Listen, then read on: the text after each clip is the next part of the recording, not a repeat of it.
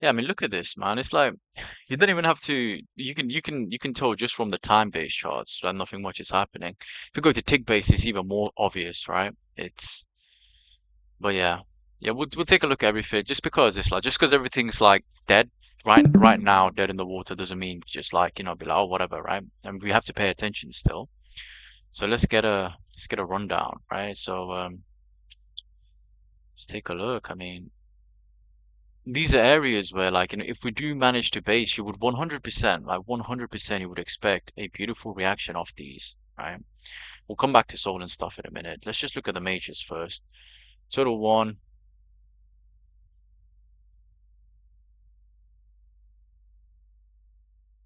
in a bitch. Do you know what? Let's just do it. Let's just do it fresh. Let's do it fresh, yeah. Let's take a look.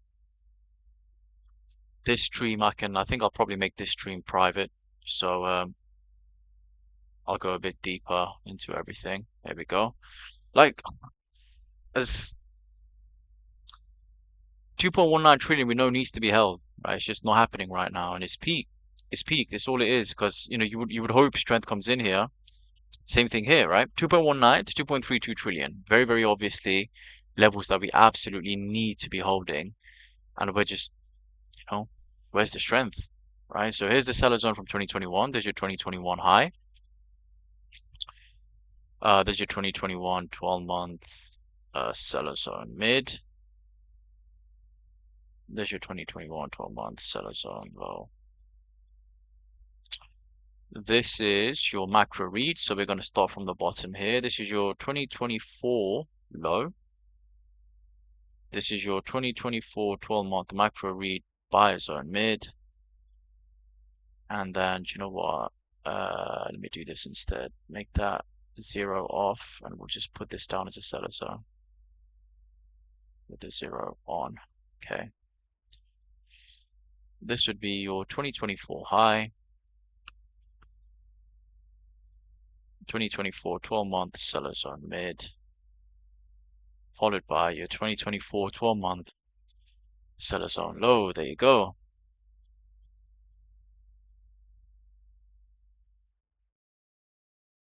Oh, don't piss me off in a sec. Here we go. Okay, yeah. Like, yearlies we need to be holding. There's no other two ways about it. Right? These are yearlies we absolutely need to be holding. And look, support, right? Every time it's been resistance, we've had sharp drops down, even recently. And we're just like not doing that, right? We're not holding it as support. Locally speaking, that's distributed. You have inverted smiley faces happening, like at the low of this, if you were to treat it as a zone, at the low of that zone.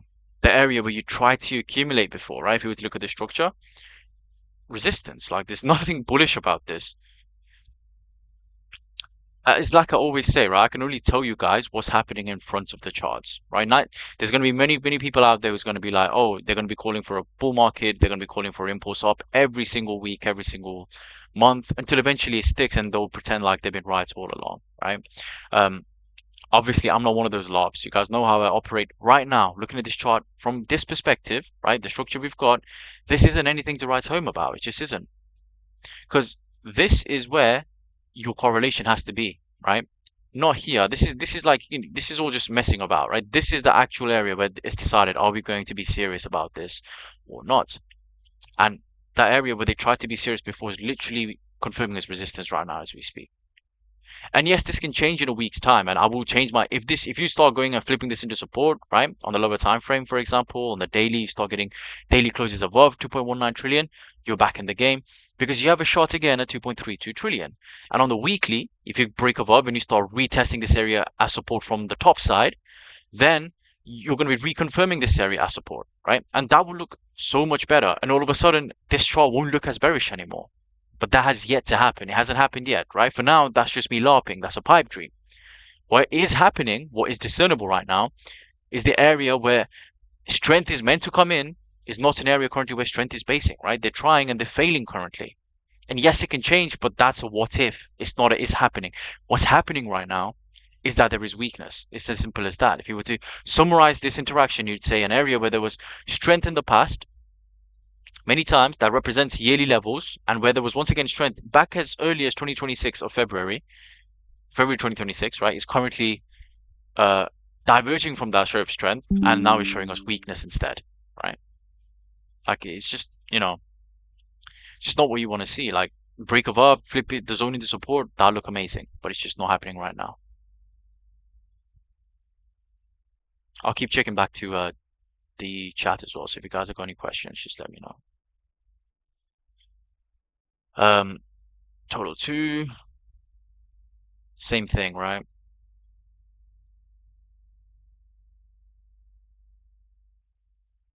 In fact, we're actually pretty close to this level we've been waiting on for a while. I think the top has been tapped, but there's your yearly buy seller zone, right?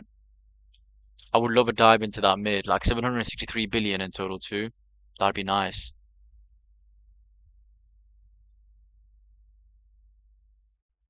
Or maybe even a retest of this. Here's your range. Where's the low? That's the low. Yeah, that's the low. There's the high. There's your range, right? Just somewhere within this area. If you could go and spike into there, that'd be lovely.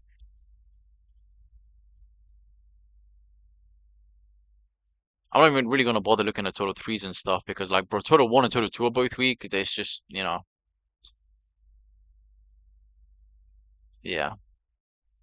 So yeah, we need strength to come in, right? We need some strength development to show, um, which hasn't happened yet. Like it's peak, but it just hasn't happened yet.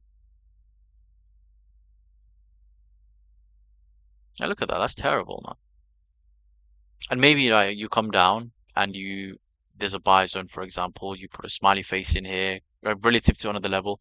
That would be lovely, right? Whatever. Take a shot there. But over here, why would you take a shot here? Why wouldn't you just wait for that flip if you want to scalp, or just wait for this entire zone to be supported if you just want to go all in on a swing entry?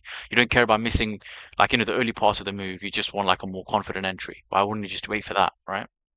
Why would you just like, keep making bets below when there's no clear structure yet or no clear signs of strength? Yeah. So I'm not even going to bother looking at like total 3 and stuff right now because total 1 and total 2 should be enough, right? ETH looks shit, BTC looks doesn't look shit, but it's not exactly showing us like anything to write home about yet. So yeah. I mean, just look at this price action. It is AIDS, bro. If you were to describe AIDS in the form of a chart, like a Japanese candlestick pattern, I would point to this. It's terrible. You've just been within a range, right? You couldn't get above your point of control. We marked this out already. Another top of the point of control could not get above, which is why I said, listen, when the M shape's completed, beautiful place for a long. You don't look for longs at like, um, areas like this, right? Where you have, what was this? This was from that all-time high peak, right? 2025, 126K, down to the current low. So this is the current bear market impulse, fixed range volume profile, point of control, right? Rejected. Now, this is why I said don't long there. If you wanted to take a shot here, I wouldn't stop you, okay? Because what did we do? We once again went to here's a range, right? I marked out the appropriate ranges for where we are. So anyone wanted to leverage trade, like if you wanted to take a shot at the range mids, obviously that's fine. Not only that, but again, I drew this up before as well. This also serves as that 22 to 25 standard deviation 1 value area high, right? If I was to close this one for now, and this brush, brush, brush, right? We did then with the smiley face there. Get rid of that. This is all the like, the wave structures, the 12-month buy seller zones, and the fixed range volume profiles as well. That is your macro impulse, right? 22 to 25 macro impulse, meaning your last bull market, 22, right? 25. For that macro impulse, these are your standard deviation 1, 0.5, 1.52, 2.53, so on and so forth, right? All the levels. That represents your standard deviation 1, right?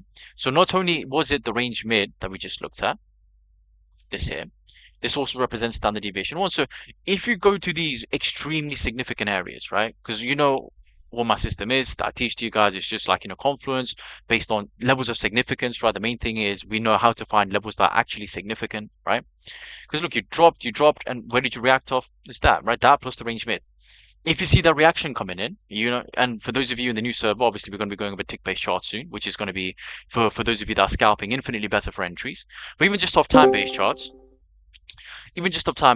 right? You had a beautiful entry, right? Initial reaction and then reconfirmation of support, right? That you just take a shot if you start closing below, even a 3-minute candle, you start closing below 22 to 25 value area one, a value area high, you get out.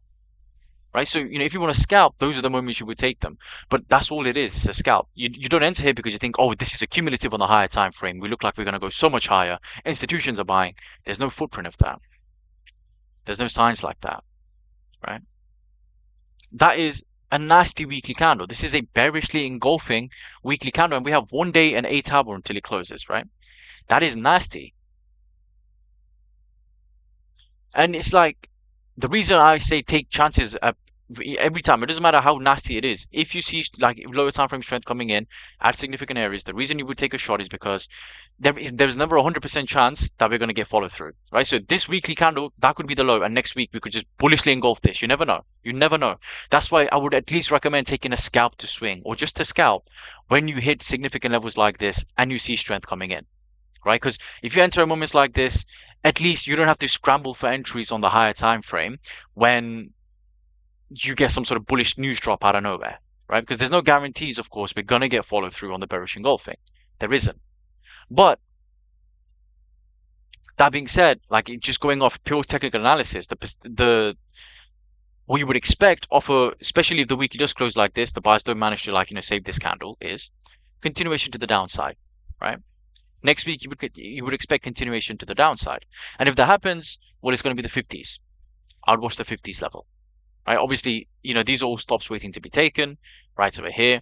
But just give us the 50s, right? And if you can give us a smiley face, then yeah, I'll clap for you, right? Give us, 1 1 1 raid. Give us this area, smiley face, beautiful area to take a shot somewhere here. If the strength comes in. If it doesn't, then we slide through to new lows. It's what it is, right? Give me 52, right? 52 642, 52 633. If you lose that, we're going to the 40s. Like it's just what it is, right? That's why we have our significant levels marked out. So you just set alerts to those significant levels, right? Every time you see weakness, every time you go back to this Gartley that was once support, hey, look, we had all that accumulation that sent us higher, and now what you're doing? Resistance. Every single chart right now, resistance on your previous area where buyers attempted to accumulate. This is nasty work. So literally, it's like for the traders, for those that are actively trading, it's not a bad environment, right? It could be better if you had more volatility. Right now, it's been dead, right? It's been absolutely mind-numbing in terms of obviously if you've been trading the shit coins and stuff, you catch some good moves, right? But it's for those that are just parking size, waiting for the higher time frame sort of low leverage swings, right? Or just you trying to place size on the bigger accounts or on the bigger majors instead of throwing let's say less size on the shitters. For that group of people, it's been absolutely mind-numbing. Equities has been nothing but down only. So if you've been catching shorts on equities, it's been up, right? And again, equities isn't a surprise either because ever since I closed all of those positions, right? Ever since what was I saying? I was saying, look, I would love for a market-wide flush across all of equities because it is levered up to its tits right now, and we got it, right? Now all we have to do is wait for the next key levels to be hit, structure to form, and then we can buy again, right? But that in between, that's what makes or breaks people. People will buy on opportune areas. They will pull the trigger too early. They will size too heavily at inappropriate areas, and that's how you get your portfolio messed up. But yeah, BTC, it's there's your line in the sand right now saving you. If this is lost, I would, yeah, you can probably get bounces at 60, whatever, but I would just want 59. Right? Just give me 59, give me that smiley face, and then after that, it's we can just take it from there. If the smiley face holds, we can send this thing back to 70 something, right? If it doesn't hold, then just give me new lows. So just rip the band-aid off.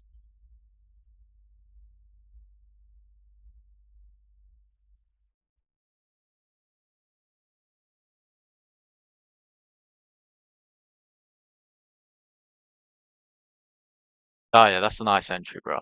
Yeah. Yeah, it was such a logical area to enter, right? It's like if not here, then where. This chart I've literally like, printed out. I made this one live for you guys, this BTC chart, even recently, right? I made it and then I put it even on the bunker stream, right? So on the bunker streams folder, it's there. Oh, and one other question I've got a lot before I carry on is obviously like, um, why have I been like sort of less active recently? But I've already said this, right? It's like for the people in the news, I'm going to be posting more stuff, like actual hard posts. Like for example, like how I was doing when I was running up the CFD account, right? Those stuff's going to be posted in the news server. I've been very open about this. This is not like coming out of left field. That's going to be in the news server, but live streams, so on and so forth, is still going to happen in this server. And I still post like some alpha here, right? It's not like I'm going to be stop posting here completely. It's like if you guys have any questions, I'll get them answered. We'll still go over plays on live streams like this. It's just like actual plays. I'm just sort of, I'm making that very, very like, I'm keeping that tight, right? So that's the reason. It's not like I've not been active. It's just like I've said, ever since the new server's open, majority of the plays and stuff have been in that one, and I'll share some here as well. But like live streams and stuff, they'll still carry on here, right? I only live stream in this server. Um, but yeah, that's BTC. So yeah, 62,478. That's your line in the sand right now. You do not want to be losing that level. If you lose that, give me like 59. That's all I would want. That's where I would once again be happy to just throw a good size in to long BTC, right? But yeah, let's look at Ethereum, right? It was building up some nasty bearish divergences last I looked at it. There we go. Let me get rid of this brush. There we go. What did we say? Matter of patience. And this is also why I gave you guys that ping saying don't be scared to enter here. That harmonic framework has played out completely. Look where you topped out. Anyone who tells me TA doesn't work or TA is just horoscopes for males can suck it, right? Because they do not know what the fuck they're talking about. How do you explain this? And it's not just this one. It's time and time and time and time and time and time and time again, right? Anyone who says TA doesn't work, literally they've just been drawing random lines on the screen and betting their entire like farm on it. That's why they think TA doesn't work. Because that is if that is not like precision and a plan trade, I don't know what is. Gave the alert that you guys should definitely don't be scared to hesitate to long down at these areas, right? We have the harmonic framework, everyone knows how it works. There's your T1, there's your T2, right? And if you get above T2, we had obviously our break into the range. We were saying, listen, this is the ultimate test. If ETH can break into this range, then we're talking literally this 1.618, maybe even the range mid. But you accepted above the range, you smiley face above the range, right? Here's your smiley, 1, 2, 3, and boom. Straight to your final TP for the harmonic framework, 1.618, the primary extension. It doesn't get cleaner than that, right? The Sol did the same thing, right? Before I carry on with ETH, if you look at Sol, what is this? There was the M shape, right? Boom. 1.618 top, primary extension. So, the opportunities have been there and the opportunities have been highlighted when we actually got them, right? But I'm not going to sit here and spam you guys with like dog shit charts and dog shit entries when we're in the middle of nowhere. It's just, that's not how I do. I'd rather just be in cash. For my own hedge fund, yeah? I've been in nothing but cash for the majority of the time since it's been open this year. I've taken a handful of trades, right? And so far this year, I'm only up about like 5% on the hedge fund. That's because number one, I'm not trading lower time frame for the hedge fund yet, right? And number two, it is way more powerful to have cash ready for buying opportunities that are actually good, like this, right? Versus, just entering and exiting at the most random areas at the most random times, right? It's what can I say, man? ETH. Let's go back to ETH, right? Um,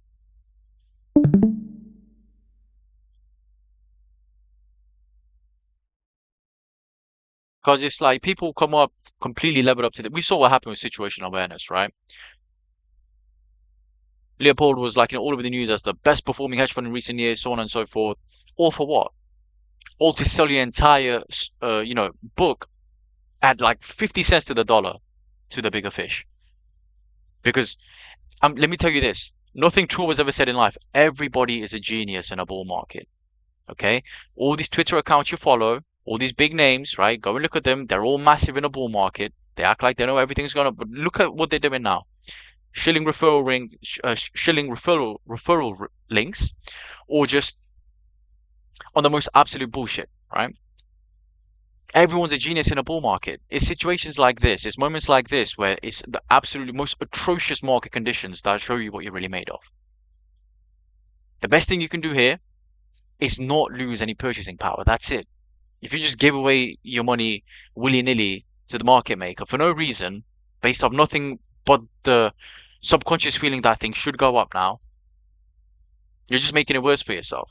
Because every dollar you lose is multiples of dollars you're missing out on in the future. That's just how it works, right?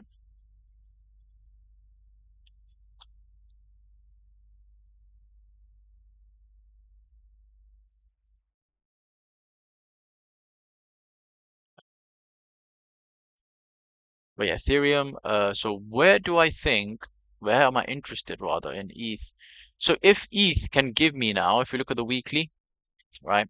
If we can get a pullback and we can genuinely still hold this, like I don't think ETH's looking bad, right? I don't think ETH looks terrible here because we haven't hit that range mid yet. We're broken within the old range. So if we can come, especially to anywhere towards this lower zone, right? If we can come anywhere here and we can hold, it's honestly worth a shot on Ethereum to at least try and play to the range mid because it's not common that they don't give you that range mid. This could be some sort of like, flush out and then you get one more drive up and then that might give you even more bearish divergence that then takes us lower, right? Or if you flip it, we go higher. We'll see when we get there. But at the end of the day, on Ethereum, like we've broken back inside the range low, right? We've broken back inside that old range, right?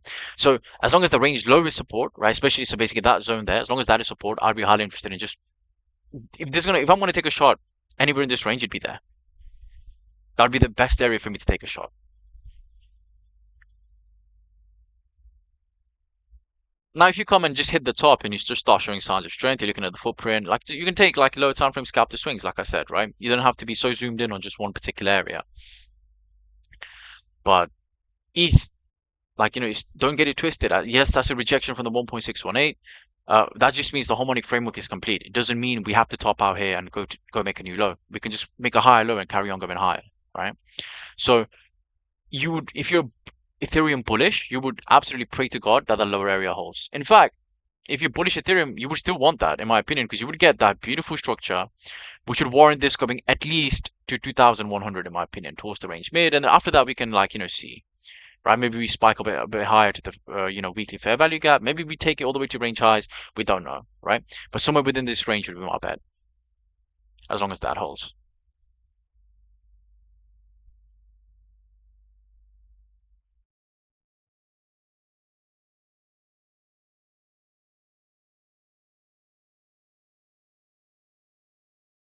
Now we look at Solana. Here we go. Trash. Like genuinely trash. So this for Solana, what I marked out is the last higher time frame structure. There's your 6 month buyer zone that was created when June closed, sorry, right? And look at that. You literally, that is such a terrible candle. Obviously, it's the 6 month, right? But still, that is an insanely terrible candle. And now you're below your 6 month mid, which is good because, like I said, like when June closed, right? All we did was we just basically broke out for July, as you can see, right? July, we pretty much spent above.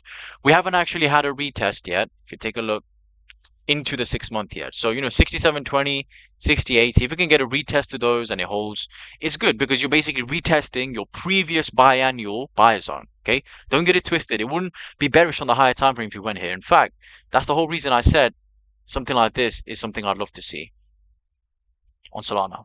Like, give me that 886. Right? I know it's a completely botched M shape in the sense that this is like a 4.0. This is not a bad, right? But I'm just trying to show you that there is harmonics lining up there as well, right? And in fact, if I get rid of that, there's going to be a cleaner one, I'm sure, somewhere here. Yeah, so we're just gonna go with a 0.5. There you go. Right, so that is a completely valid M shape, right? There you go. 2.618, 0.886. So something like this on Solana, right? And no matter how you look at it, as long as you're below the B point, I'm going to pin it to the 0.5 since that's the actual ratio we care about, right? There. As long as you're below that, you have to consider the fact that you might be in a BAM to the downside. But if we get down here, that's going to be another high low on Solana within this bigger structure. Right? It will be another high low for this within the bigger structure. And also, I think I've already got this one down, but if I delete that, this one. Yeah, something like this, right? It would be a 786 compared to that bigger structure. Because look, that's a 618, okay? From the XA to the B, that's been a 618 on Sol. So if we get this area, this sort of 67 to 65 area, and it holds, you have a high low in the making, another high low in the making for the chart, right? For the structure. You have a retest of your previous 6-month mid, and we would hope that, that retest holds, right? If you want at least some sort of impulse up. Even if you want it to break down, you would hope it doesn't happen yet. If you still think we're going to get a rally up before we bottom out and before we quote unquote aim for that bottom in October, right? So maybe we get the mid and then we get that bigger impulse up before we sell off again, right? Because if we have the 618 there, right, and that 7, we do end up hitting this, because for now this is just an idea. That 618, your first target you'll be looking for is the Gartley, 786, 886. And if we get this C point, then the B to D is also within range for a crab, 1.618, 3.618. The problem with bottoming out at this area where we currently are, right? Let's say we up in the bottom here, is that now is way too that's too extended, right? So this would automatically be an informal pattern because that's too extended. So you know it sounds contradictory, but you want a bit lower. That will make the structure more bullish in the coming weeks, right? If we get lower first, so you would honestly want that 786, in my opinion. That'd be a beautiful area for Solana if we got it here. One M shape, get that M shape, and then get the reaction off it, right? And who cares if we don't get that, right? I don't care if we don't get that. Even if we just get a move from to 90 to 93, that is some serious money you can make if you put some size in it. Which are areas like this where structure's on your side, and if you see strength coming in, you would, right? Because these are the type of areas where you would. Because if that's lost, you have all the way at 60, and I don't see why they stop it there. I would go and rate it and just give us 52.66, right? Complete the bigger ABCD, which we've been waiting on all this time. So, Solana, it would be, if we get a flush first, it just makes us even more bullish going into the, next month, so on and so forth, in my opinion. Or even like the second half of this week, depending on, second half of this month, sorry, depending on how quickly we can get that drop. But I honestly hope because I'm not calling for a new low, right? People are like, oh, people just want like to be bearish. I'm not being bearish here. I'm simply waiting for strategy and structure within the already confined, like, the wave structure. I'm not saying give me 52 straight away. That'd be too easy, okay? Because if you got 52, it's like no matter how scared you are, you'd be an absolute dumbass to not bid some, right? Like especially if you want a long-term port where you're like, I'm just gonna buy and hold it and forget about it till next bull run. Like you would start buying if you haven't done so. You would start pulling the trigger around 52. Not everything, right? Little bits, but the deeper you go, like let's say we get 30, we get 20, like you would bid way more, right? But you got macro wave structure completion there. Like you would take a shot, right? Especially if you see like smiley faces being formed, aggressive sellers being trapped. You're not gonna trust the level blindly. I never recommend that to anyone, but paired along, that's what price action analysis is for, right? You look at the footprint. You go look at the TPOs, right? The volume profile.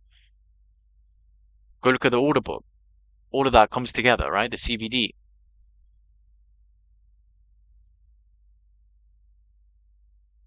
But yeah, I hope for lower. Like this is absolutely terrible price action all across the board. Like it's insane. It's a snooze fest.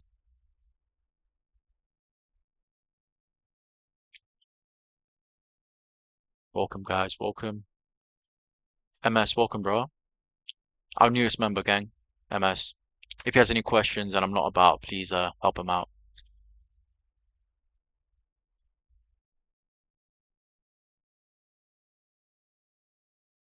But yeah, Solana, like I would structure-wise, I would love it if you went there. It was an idea to begin with, but it's just slowly and slowly. It's just like that's what trading is. You have an idea and you just wait till the idea gets validated or invalidated, right? For now, this idea is yet to be invalidated, so I really hope we get that. I really, really hope we get that. That'd be an insane bid on Sol. Within the confines of the larger structure itself, that'd be an insane bid. And then you come up, run those, take that. If we're good, we get there, right? If we are in for like some sort of pump before we dump next. But yeah, BTC ETH and Sol. Does anyone have any questions so far? Welcome, bro.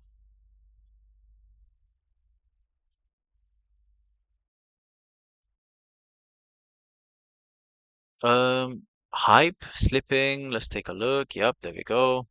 It's a matter of time, right? Hype. Where do we aim for? Well, based on the yearlies, the next yearly levels are 42, 46. That was something we talked about a while back. You accepted back below 2025 high, right over here, right? Right over there. If I look at the 1,000 ticks chart, actually,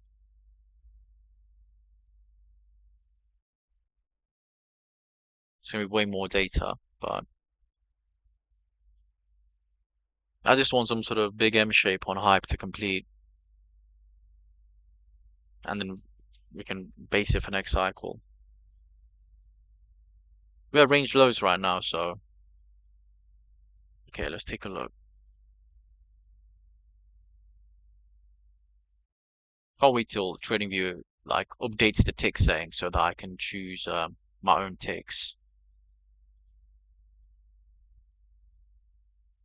Yeah, you can see when we finally did lose a level, like insane selling pressure, absolutely insane.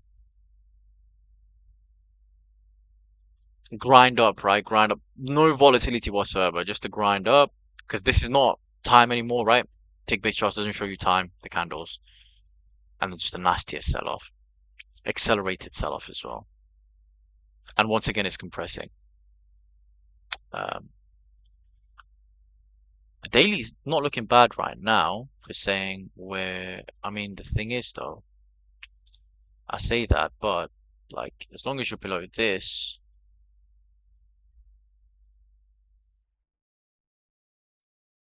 all that's going to be for nothing. Like you want to flip into that, and the problem is you'd be trying to come straight into like a order block, bearish order block, bearish supply zone, whatever you want to call it, right? So if hype does this, then maybe you're in for one last liquidity sweep, right? Or even just continuation higher, who the fuck knows? But before we even consider that, you'd have to consider getting back above this, and that's going to be a monumental task, let me tell you. Because once sellers have a strong control of areas like this, they're not going to let go of it that easily. Okay, so the bears are going to be throwing everything they have at that level now. So it's going to be difficult. So at this point, just give us 42, right? You find massive support there. 42, 39 if that's lost, 35 if that's lost. The lower the better, because we get to buy this cheaper. Let me see. Do we have any wave structures currently in development? Any 618s, any 786s, anything at all? I hate that. I know I say this all the time. When there's a random 757, I absolutely hate it with every fiber of my being.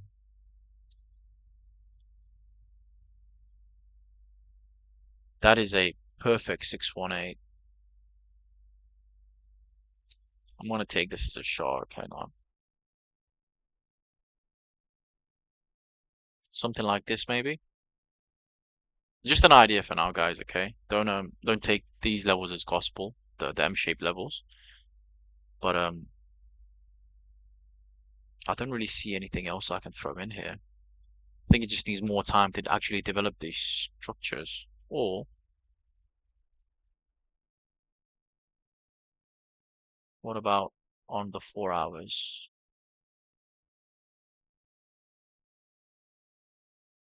Nope. Terrible. Give me ratios no one's asked for, buddy. Come on. Actually, wait, we could do this. 886. Nope.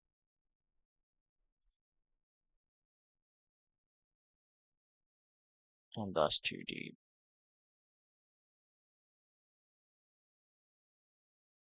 We've hit the hop of the deep crab. I mean, it's no wonder we are reacting here. So the hop of the deep crab is the 1.902 to 1.904, right? So we've generally hit the hop of the deep crab. Like, if you wanted to, this is like, as long as you're above the hop, you can try and take a shot. But the schematics of the whole chart is just against you. Sometimes the completion of just an M shape isn't enough. It has to relate to where it is, right? And this, it's not a bad idea for like a scalp, right? Like a lower position size scalp you just want to take in case you do get some sort of relief rally. Given that you have rated these range lows and you've hit the hop of the deep crab. So if I get rid of this one for now, and if that's the case, your T1, yeah, it would literally just be to 2025 high, right? Your T1 there. So one way you could easily try and play this is literally like, if you can accept back above here, your invalidation would be either a close below D or a loss of the box, whichever one you prefer, right? You would just manage your risk appropriately based on either of those invalidations. And then you would just try to play this to this first, because I don't know if you can get above it. I feel like sellers are just going to be absolutely hammering you down over here. But we do have a completed deep crab. It's not a myth. It's there. And this is, by the way, this is why I recommend everyone, if you get into harmonics, listen, I say this with the utmost respect, and I love Scott Carney, right? He's done absolute bits for the trading space. Screw Scott Carney software. Do this shit by hand for years on years. After that, like, you're just gonna see them. I was tempted so many times to just like give in and just get the Scott Carney software because it'd make my life easier. There's no question about it, right? But if you just give the time to train your eyes to spot these M's and W's, it'll help you intrinsically. And for those of you taking, in the new server, taking Elliott wave, Wyckoff, tick-based charts, it'll help you a lot with Elliott waves as well. And Wyckoff to some degree, because you're looking for wave structures. You're looking for inflections, impulses, right? Structures that define like a characteristics of like a ABCD wave, like a 1, 2, 3, 4, 5. Um, so honestly, just do this by hand. Get the software after you're 100% confident with harmonics. After that, it's just a quality of life thing, right? But I think it helps a lot because the software isn't going to catch everything. The software isn't going to catch everything. Like with TA, a lot of it is context as well, you know. But that is a completely valid deep crab. The hop has been hit. So as long as you're above the hop of the deep crab, like, you're good to go higher, in my opinion. But remember, you'll get up against resistance. You want to see that flip. If you enter here, just do so with like a little bit of your position size, and then add the rest when you get the flip, maybe. Because if you can't get above this, like, there's no guarantees the hop's gonna hold. Like, this wave structure could fail and it could go to the bigger wave structure. But this, if you wanted an impulse, this is where you'd get it from. To another lower high perhaps, and then down.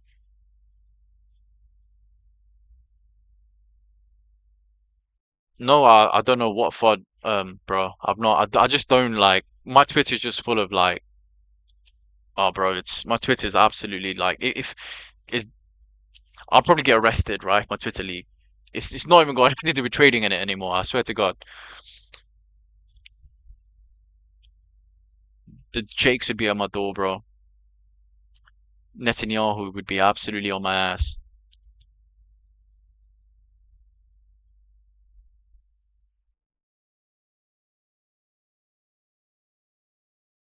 I tried third hype setup yesterday and got a. What were you trying to play, bro? Because apart from this, I don't see any other like sort of area where you could really pull a trigger on hype, if I'm being honest.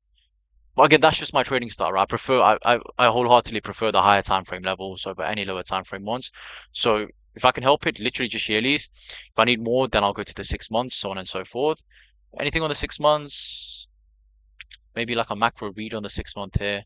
But I feel like the macro read would be too low. Yeah, the macro read would be too low as well in the 6 months.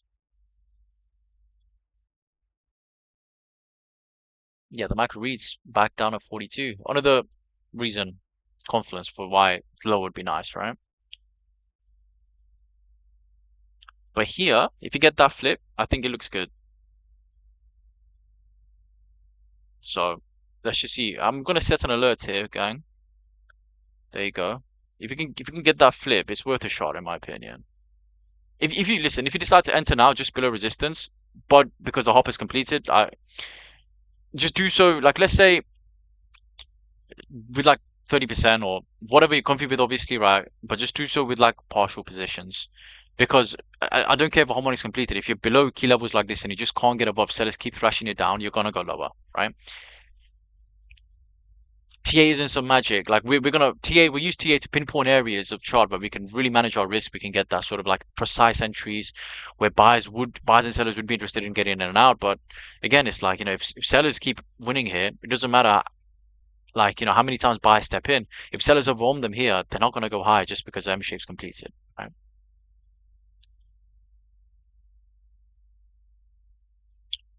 But yeah, that's hype. Let's take a look at Link.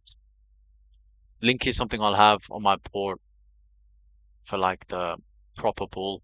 I think Link will do very, very good. Fundamentally speaking, rather, let's say, I think Link will do good. Like, I'd be surprised if structures like this don't get hit. Obviously, that might be a bit moon boyish of me, because you guys know me, I'm very grounded when it comes to trading. But if you look at just the pattern Link's been doing, accumulation, break above, accumulate above, break above, and now you've dropped here, right? As long as you're holding the mid of this accumulation, like you're fine, right? You just got another macro higher low in the making. So I honest to God hope that Link reaches these numbers and maybe even higher if we get a proper bull run. I say if it will probably be a when because the last bull run wasn't exactly substantial, right? So many of these alts, I think there's liquidity to be had in taking these to like 47 and stuff. And that's what I'm excited for, right? Because you find higher time frame spots where you can manage your risk, and then you just sort of so let's say from that mid to here is like a 556% entry, bro. You can do that just spot. I'm obviously going to be utilizing spot and leverage, right? And with leverage, majority of my leverage isn't going to be in high leverage accounts. It's going to be in lower leverage. So majority of my money is going to be in spot. After that, it's going to be like low leverage swings, right? Anything between 2 to 5x. Sweet spot being 3, honestly. And after that, obviously, you'd have a trading account to hedge, right? One of the best things you can learn to do is hedge. It's just a word. People are like, oh yeah, I'll hedge. But if you learn to hedge properly, um, you can negate so much risk to your portfolio. It's insane, right? It's insane. Um, so learning to hedge is very, very important. Now, obviously, like on an institutional level, there's so many different ways they can hedge, right? But for us, simple plebeians, you don't need much. If you got a spot bag on something, you can counter trade that spot bag going short at resistance levels. So even if you do drop and you haven't taken any profits, at least you're making some money to the downside on the short. Simple shit like that, right? It can go a long way. Um, Another thing you can do, and I don't obviously recommend doing it, is let's say you have doing it this way is um, you're having half in spot and the other half in like a leverage account. If you're completely risk adverse, right? What you could do is let's say you have 100 G's, you put 50 G's into spot, 50 G's into like a leverage account, right? If you're not going to be utilizing any leverage, okay? Multiplier. And then so let's say you put 50 G's into Bitcoin at the lows and it goes up, but then it hits a level of resistance, right? What you can then do is, if you feel like, okay, this is definitely going to go higher, but it might come down a bit lower before it does, so you don't want to close that position now because you have a good entry. What you can do is, on the other account where you have the other 50G, you can just do a 1x short. If you do 1x leverage, that is virtually the same as spot, right? The only difference is you still have a liquidation on 1x, but realistically, it's not going to be hit, right? On 1x, you're not going to hit your liquidation. And obviously, like especially if you use the way I show you guys how to trade, you're going to be very tight in validations anyway, right? So you have a equal position size, 50 G's in spot, 50 G's in leverage, to the downside. So any profit you don't take on the spot, you're still making on the downside. And whenever you think that move down is done because you believe you're in a macro uptrend, you just close that out, take the profit, move it back into spot, add it back, or add another spot bag, add an old whatever, right? And then just rinse and repeat, right? Now, obviously, you can do this. Let's say you do 75 Gs in spot, you have 25 G in a leverage account, right? You could do 25 Gs at 3x, right? Obviously, it's a bit riskier with the leverage, but you're only using it to hedge anyway. So it doesn't matter if you really like get stopped a few times out because your spot's going to be the driver. That's just there for a little bit of hedge. It's a calculated loss if you're wrong, right? Because the spot back's going to eat up all the profits. There's many ways you can hedge, gang. Okay, there's many ways you can hedge, and learning to hedge is very important. Let me tell you that. Before we go into the next bull market, let me tell you, learn to hedge. If you don't know how to short, learn to short, right? You're in the right place for it. Go through core, go through advanced. You don't need to worry about what Elliott waves, Wyckoff, whatever. Literally just core and advanced, right? Um, and then after that, once you learn to hedge, even a bull market becomes much easier. A bear market becomes much easier because if you're macro shorts, it goes both ways, right? If you're in macro shorts, you can just hedge in on their account, hedge long, right? If in macro swings to the upside, you just hedge short. But hedging is very important.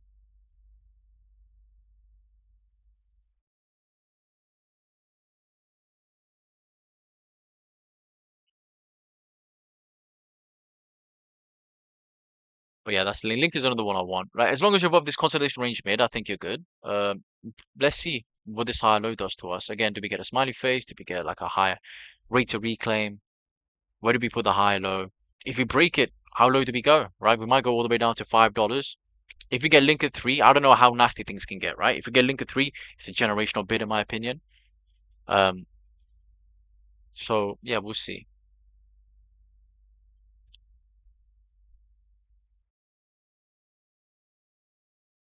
Because that should be around a 1.13 if I'm not mistaken, right? No, but you would still be within the vicinities of a shark if you were to go to these lows. So all within the confines of a bigger wave structure. But it's simple, right? Most people look at this zone and be like, oh yeah, I'm gonna buy in this zone. And that's all well and good. But you can look at this and be like, okay, this is the area, the line in the sand. As long as we're holding above, I'm going to be in. If we lose it, I'm just going to be out until we either get this or we reclaim this. I think for me, that's my preferred method of entry for the most part, right? Like arguably, once we get to a certain point, it doesn't matter, right? Let's say once we get to this zone and you think, oh yeah, like, this should hold. For me, even that's too bad. I'd say like once you get to zones like this, you can DCA within this range, right? Just every day on a weekly basis, whatever. But when you have like bigger ranges like this, like screw trying to DCA through this, bro. That's just you giving up on risk management and TA. Just until you get to those absolute like dirt levels, just play it safer, right? Just preserve your capital. You'll just have more coins you can buy because you have more money in the bank, right? When we do get that.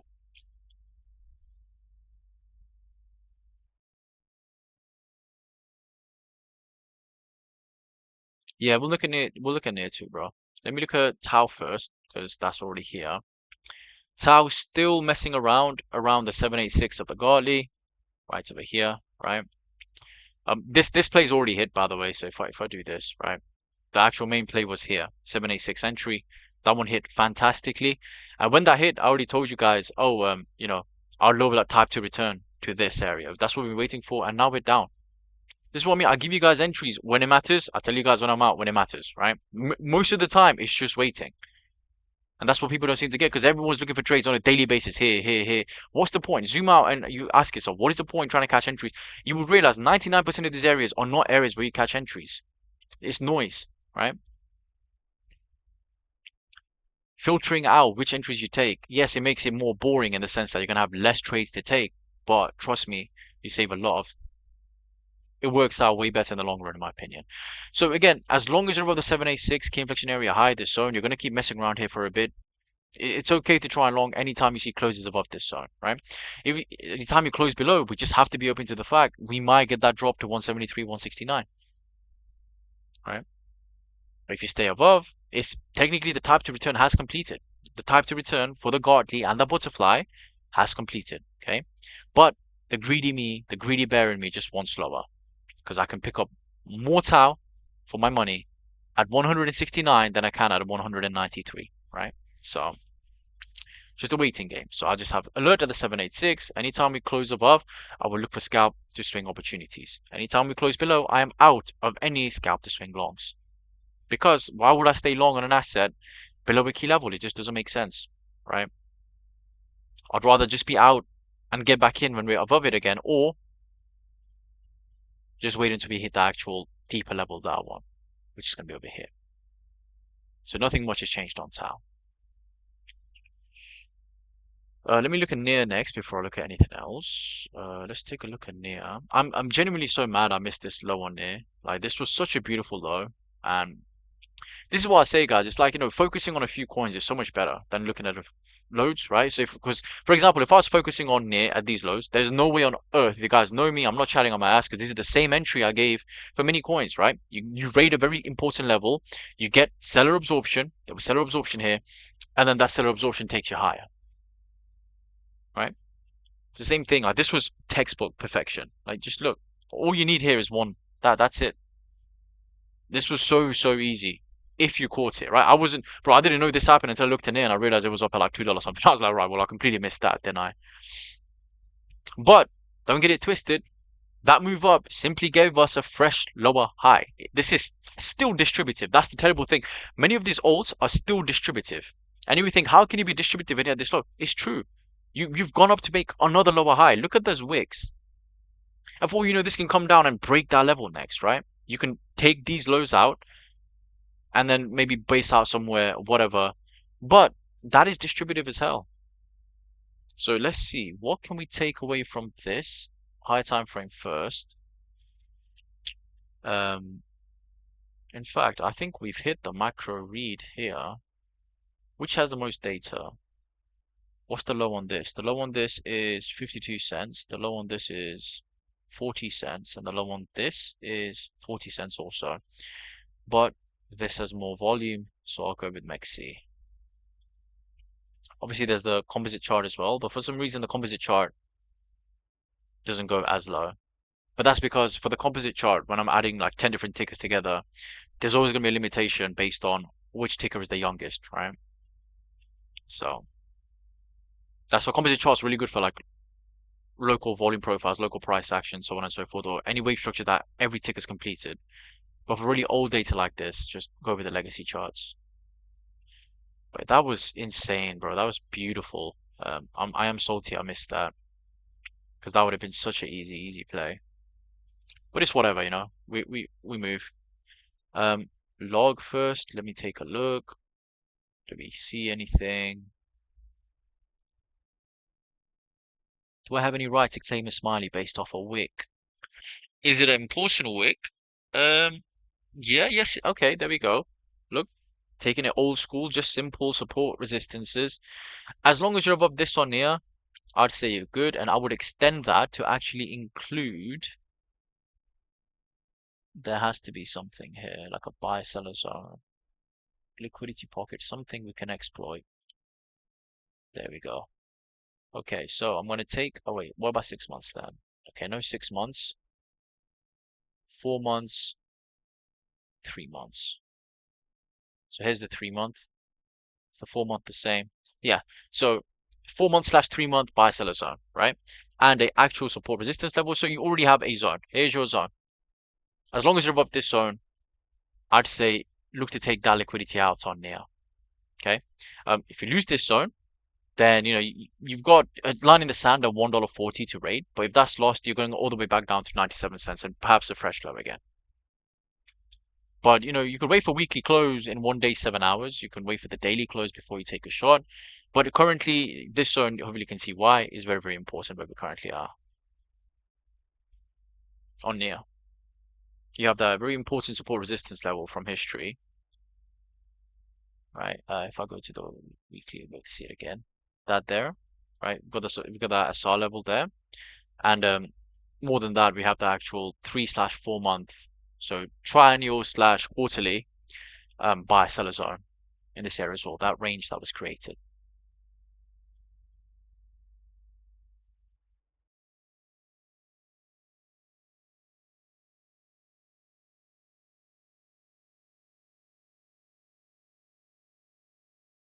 based on the tick-based charts to try and really anywhere between a 2 to 3% stop if you wanted to enter this now for a 3.8 to 6.71 RR trade based on this here. It's simple. It's like you just wouldn't want to be in this if you start getting below these and closing below these stops, right?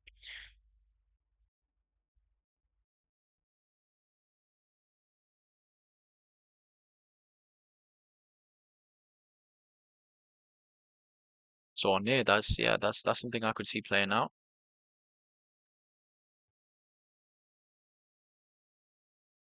Hope that helps, bro. I don't know if you have like a similar idea or anything.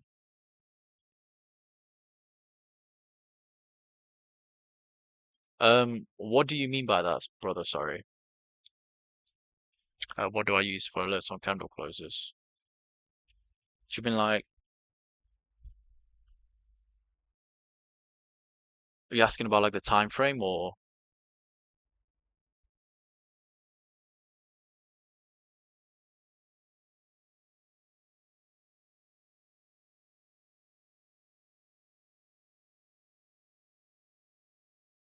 That is genuinely a possibility. It's coming into weekly close. If you get a up thrust, how do you think? One sec. There. I think a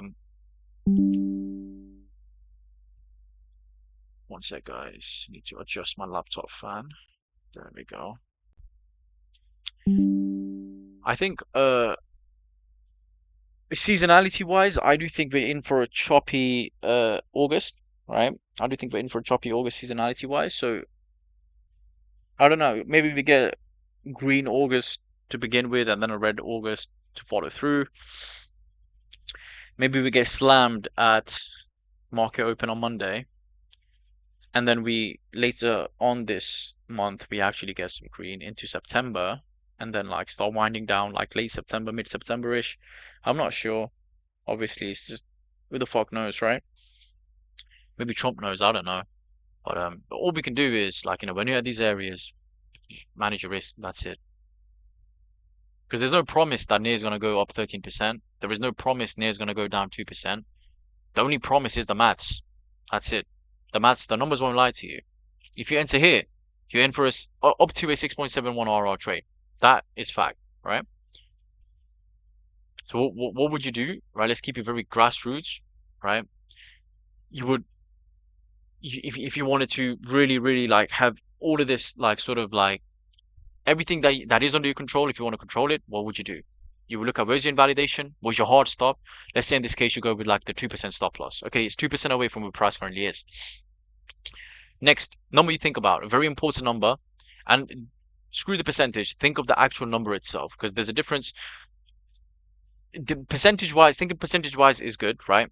To get you into the practice, but we're human at the end of the day, right? What number are you okay losing? If you think percentage, you take that emotion out, which is good, right? That's good practice once you've experienced what it's like to actually take a loss and be in a live trade. Most people just haven't been in that situation long enough, right? So think of a number, a dollar amount that you are comfy losing based on your current portfolio. What would you be okay with? It could be 1% of your port, it could be 2%, it could be 10%. I don't give a shit, right? Whatever you are okay with. Think of a number, right? The actual dollar amount you're okay losing. Okay. So you now have a situation where you know how far away your stop loss is. It's, let's say in this case 2%.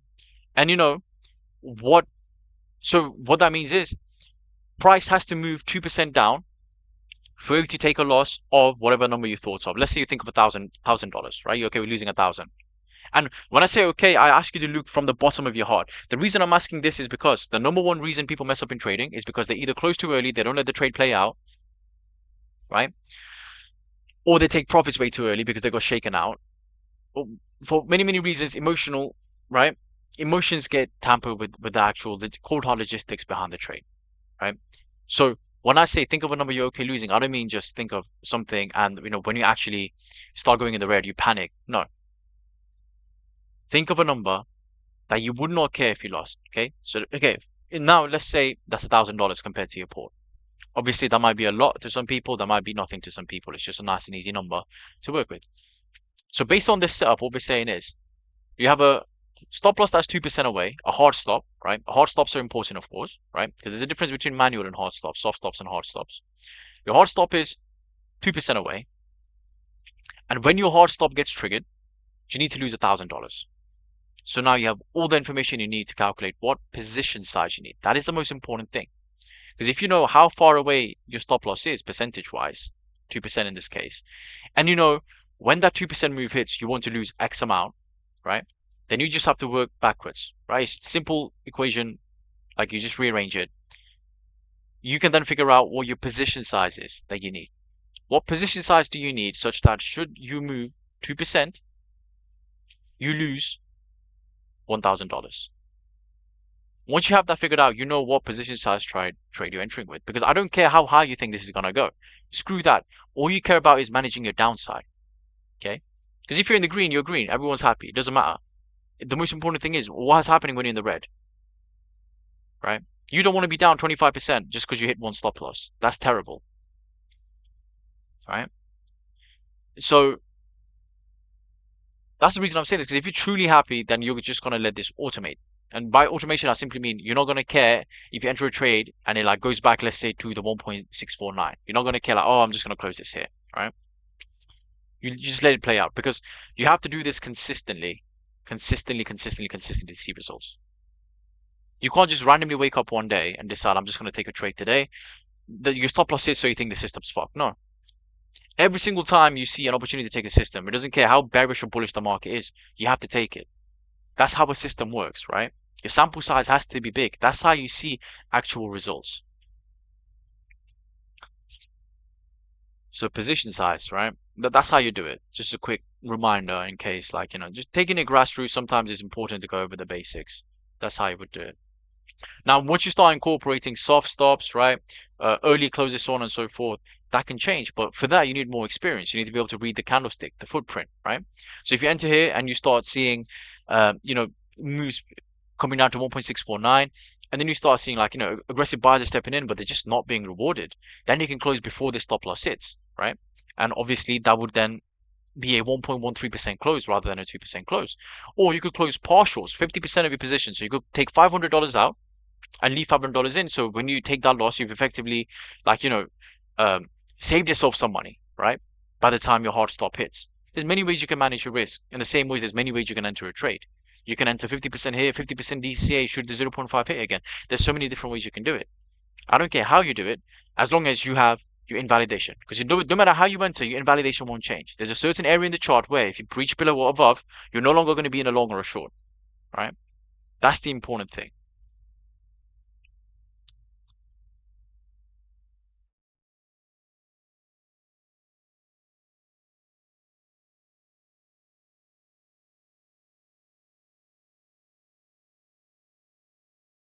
Do you mean area is heated now, be careful with your trades. Do you mean like politically, brother? Are they dropping more bombs and shit again? Seoul? Yeah, okay. I think you're right, because Seoul's pinging. Is the pinging green or red? Oh, definitely red. Oh, there we go. This is why I love tick-based charts. You can really see the fear coming in. Insane. Yeah, I mean, look, just give me the 886. It's clear, right? Whatever's happening, but like, in terms of charts, we know there's your daily buy seller zone, right? As long as you're below that, we're not going to be in a long, especially when you're below the 6-month high as well. Simple. They can drop all the bombs they want. And I don't mean that in like a, obviously, I might sound insensitive saying that, but from a purely trading perspective, all of that bombs drop, this happening, that happened, is just going to be precursor to charts, right? Listen, it's going to sound magical. It's going to sound like I'm so idiot. But when we hit these macro support areas, right? Um, if we hit these and it holds, I'm telling you, there's going to be signs of peace talks again. The Strait of Hormuz is going to be open. All that's going to happen. It's not going to happen at resistance. Things like that typically happen at support or when resistance is being breached, right? It's just all a game to the fucking these absolute like reptiles on top, bro. It's actually insane.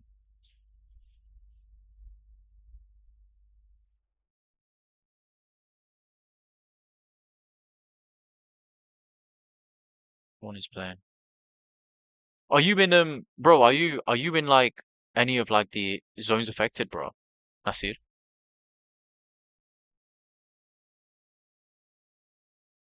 Oh, Kuwait, damn, bro.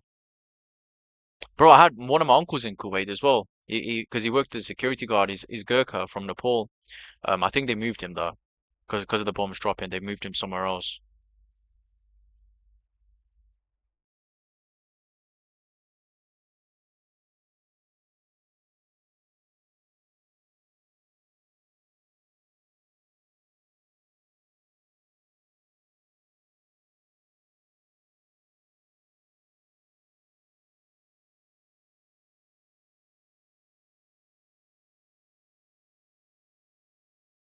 Yeah, bro. I was gonna say, Dubai. Like I remember the Dubai airport just being absolutely shut down. Yeah,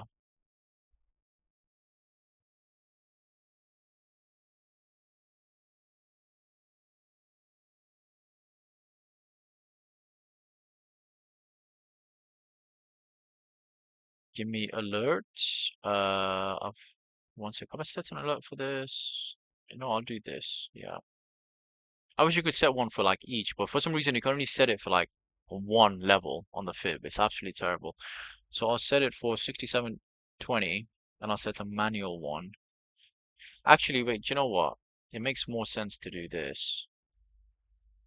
It makes more sense to have an alert set for this and then for me to just manually put an alert somewhere up here, just in case we get front ran, because there's no guarantee, right? So I'm just going to add an alert for Seoul over here as well. So if this pings, we're looking for a potential reclaim, in which case we'll long it, because the Gartley would still be in play, right? We don't have to come down here for the Gartley and deep Gartley to be valid, because even if we only hit with, let's say, this low, this will definitely still be valid, right? Um, so either we wait for the reclaim, that's the alert, or we wait for stuff. We just pay attention once you're near the area, because you don't know if we're going to front run, we're going to slice through. You pay attention once we're close to it, right? That's it. We just wait for them to do their thing.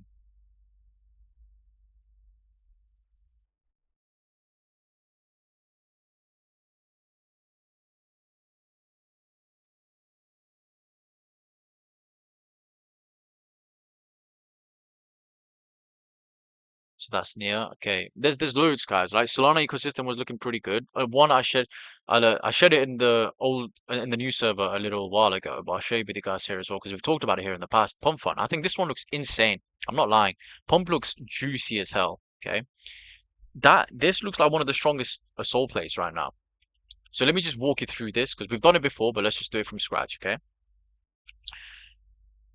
Number one. There's the macro bats, obviously, right? XABCD 886 has been hit, right? Perfect. T1 is all the way up over here. So even from this peak, I don't, I do pray for a pullback, right? Which is why I'm not entering yet. But even from where we currently are, it's basically a 2x to T1. Okay, that's a bigger macro move, very clearly. Then we also have this wave structure here, right? The deep Gartley, sorry, not the deep Gartley, the deep crab, right? And for the deep crab, look, there was the 1.618, the 2.24, and then the hop. Again, the 1.902, 1.904 area and the deep crab 2.618 have been hit. The low was literally the hop, right? Insanity.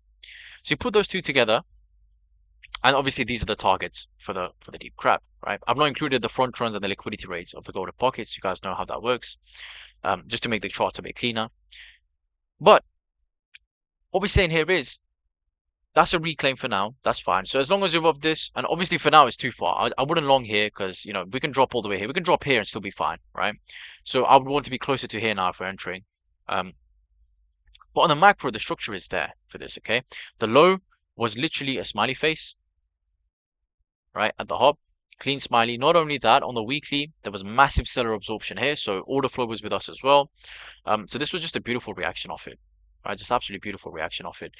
So the cleanest thing that I can do right now is we can look at this and I can say, okay, we have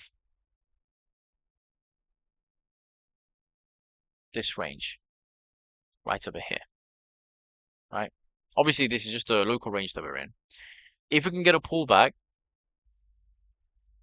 even just this zone, I don't mind, but especially if we can get a pullback towards like here, and just put some sort of smiley in now, like a bigger one, I think Pump would look absolutely insane. So definitely have this one in your radar. Okay, Pump fun. Solana play. Jupe looks decent as well, but Pump just the structure is showing. It's just nice here. So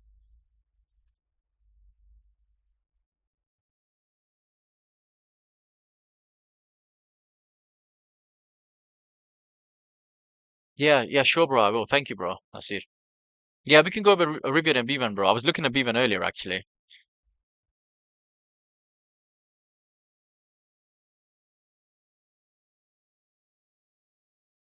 Oh, that's fire, bro. Bro, man, that's fire. Procurement for the new Dubai airport. Yeah.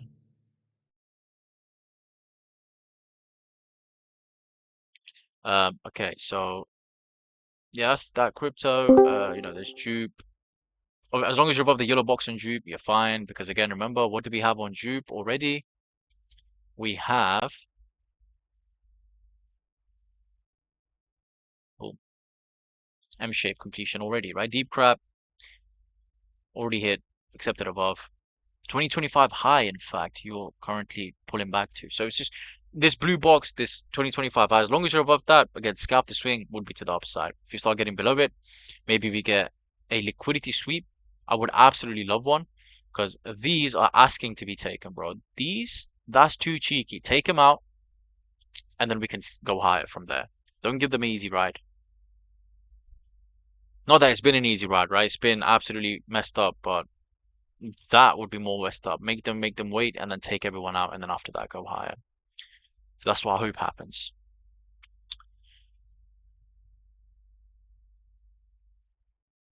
Man, this was a coin I was gonna get into spot, and I just this is why I just remember to set your alerts. Like, did I have some alerts in this? Like, let me see. Like sometimes I'll have a plan. No, I see. Forgot to set alerts. I was like waiting. I was waiting, and then boom, we hit the 886. But by the time I looked over here, I was like, right, I'm not buying here, right? I was hoping for a type 2. It doesn't look like we'll get it. This thing's gonna make new highs. Yeah, but due to that negligence on my part, that is basically a 202% move I missed out on. So yeah, it's peak.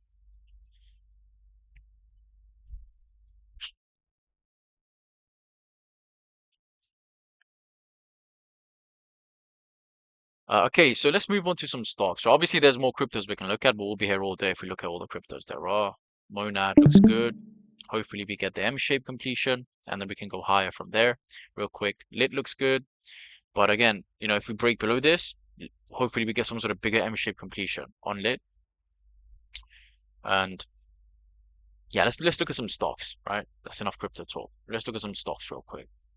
ClearSpark reacted off the Garley, but I want deeper. I would love the crab on ClearSpark because that would rate those lows, and I just think it'd be so funny that someone's holding from April of 2025 just to be taken out like a year and something later. Um, but yeah, I'd love that. But all these are wave structure completions. We just need structure, right? Flexion, Nokia, the 886, 2021 high. Need to reclaim, but structure's not on our side yet. Let's look at Rivian. There we go. Like I've been saying, this is such a trash area for Rivian because we just haven't managed to flip this zone into support yet, right? This one right here is the one I'm talking about. This gap up that we had back in 2023, mind you, has just proven consistently where sellers love to nest here. They gave you a fake break above, boom, straight down, right? Actually, this is pure sadism in a chart. You're giving these bulls so much hope, right? While constantly, this is toxic as hell, right? This market maker, whoever it is, they are toxic 101. Probably sat there banging out future in the speakers right now, market making this chart because this is just the most toxic chart I've ever seen, bro. Look at they've not taken any of these stops, right? They're just building a collection of stops. They're making it look cumulative, but they will distribute their position at literally the next available gap. It's insanity. But again, every time we pull back, there's yearly point of controls. These are your what am I trying to say? Footprint chart point of controls, right? Simple way to look at things. So yeah, it's just gonna be one of these levels. The thing is here, like if we eventually do go and lose this, just understand like you can go and take all of this out on Rivian. Because at the end of the day, Rivian is not a profitable company, right? It's not. It's had like financially speaking, stock price wise, like it would completely make sense why at some point this would go down towards like, like $10 or something. Again, it's not a profitable company. But the structure's there, right? So the question is simple. Don't overcomplicate it. Don't sit there 100% expecting a liquidity rate. Like, just wait. Every time you're at these areas, as long as it's holding, either add some to your long-term spot bag, right? Like, let's say again, if we say 50 G's, right? You have 50,000 position in Rivian, $50,000. Maybe you save a 10K allocation for this zone. Maybe you save another 10K allocation for this zone, and then you save like a 10K allocation for this zone, right? 30K, and you leave 20K for when trend shifts or something. You could do that, or you could do 10, 10, and then 30, right? For if we actually do rate the lows, you want to throw most of your money in there. Or you do 50 for this zone. If you lose it, you wait for 50 here, and then if you lose it, you wait for 50 here, in and out more aggressively. There's many ways you can do it because there was a significance there. It just depends on like what time frame are you looking at. This is not a time frame to scalp, in my opinion, right? The structure they're trying to build, if it does play out, obviously they've been building it right since 2024. It's going to be near on 2 years, depending on if it still goes like this by the time quarter 4 rolls around. So the structure's there. It's just a matter of like, are we going to rate low first, or is the structure going to play out? Are we going to go towards $30 before we go lower? I would hope for something like this. I would hope if we get 32, put in another macro lower high, right? Yes, we take out all of these shorts, another macro lower high, and then we sending it down after that would be lovely, right? If we don't and we take this first, then there is so much liquidity to be taken out. I don't think there's top of 32. It probably goes to like 45 plus. Because this is more fuel to the fire at that point, right? But yeah, your line in the sand currently based on the trend line is obviously the 13.23. Like you just don't want to lose that. If you start closing below that, then yeah, you free fall all the way down to 10 on Rivian.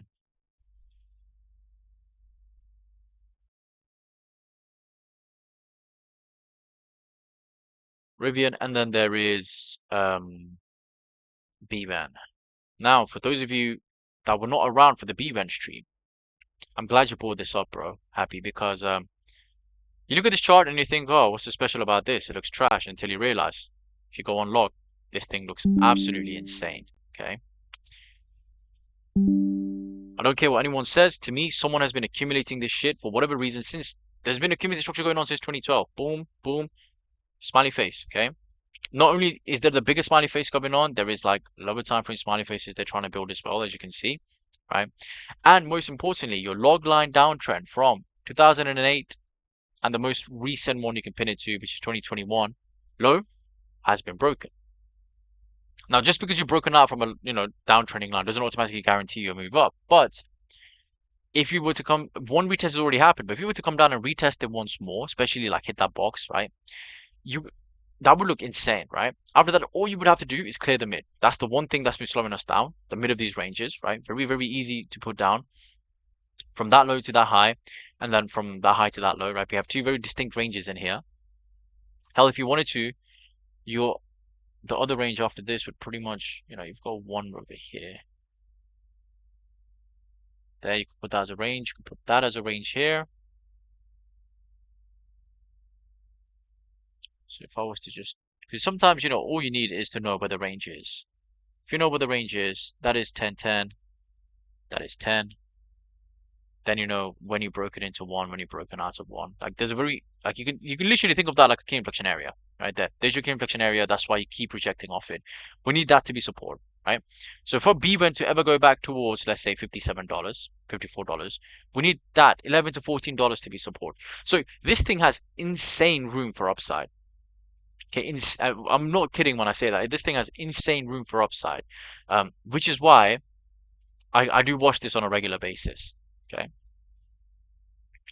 I do hope for one more pullback to the yellow box. But the thing is, if the mid is now flipped, like it keeps flipping the mid, right? Like there's no guarantees we do get that box. So you could genuinely just scalp the swing this based off those mid lines, right? There's a range here. Hopefully that range low gets flushed at some point to this yellow box. But B-Vent structure is there. And it's like, if you look at linear, doesn't look as good, but that's linear. That doesn't change the fact that there is accumulation happening on this asset. Someone is buying it, right? Someone has been buying it since 2000 and like whatever we said, 2012, right? Which is why I do really like this asset on log. And the beautiful thing is, like, if you ever do go and get above 1420, this thing melts up. I'm not kidding. You're talking about like $55 targets. Like your literal wick isn't all the way, liquidity rate isn't until like 132 above 55, right? So this thing is legs once it gets above.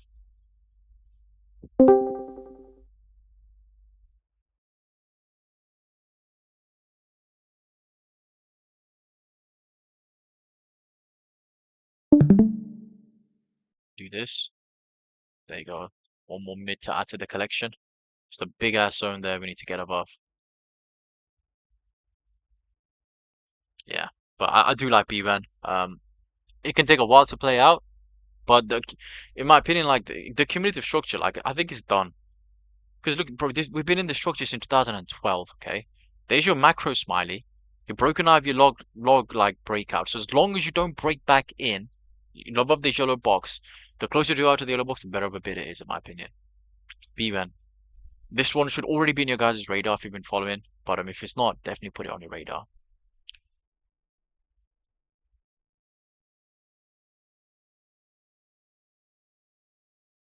So, brother, welcome. Um, so that was B-Van on that. There's obviously a lot of stocks, guys. I've charted a lot of stocks already. If it's in our private stream, some is on YouTube, private videos. Some is on our bunker live stream server. Um, again, medical taking a big shit again. Not surprised. Okay, there is one I will leave you guys with today. Like I said, this will be a private stream. It won't go on YouTube, so I'll leave you with this one. Okay, go and look at a company called Agility. Right, it's called Agility Robotics. Um, can you guys see my screen? Here's some alpha for you. One sec. Let me share my entire screen once. You guys will have to rewatch it. Um,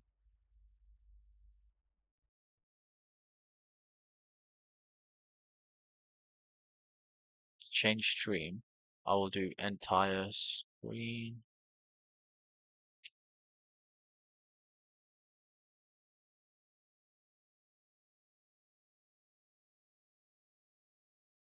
There you go. Right, you guys should be able to see that. Um, so the what I'm talking about is this one. Okay, go and look at this company, Agility Robotics. Um, I'm thinking of putting some money into this shares on before their SPAC merger like rolls over. So the last time I did one of these was obviously with Inflection, because before Inflection became Inflection, there were again Churchill Capital, right? It's always Churchill Capital, bro. And the one before that was Lucid. I've not done many of these, but I only do these when I fundamentally like something. But this one looks very interesting. Okay, I'm not gonna say anything more than that. Just look into them. They've got big backers. What they're trying to do is pretty crazy. Um, and their merger is with again same Churchill Capital Corp XI. Okay, so this right here is the ticker CCXI. So if you would like some exposure to them before they become Agility, right? You can go and start DCing into this if you have the ability to buy it, CCXI. I can't do it on Trading 212 yet. Hopefully they add it soon. Um, but maybe there's another ticker I can put in. I'll take a look just to confirm. But if you want to own it before it becomes Agility, basically, right? Um, it's always a gamble, right? Obviously buying something pre when it's in its like SPAC. Because there's no guarantees after it comes out of SPAC it's going to pump, right? But normally, like, I only do these with projects I really like. So I did like a look at this one, Agility Robotics. So if anyone's interested in having, even if it's a little bit of exposure, right? Um, CCXI is the ticker. This would be the SPAC merger.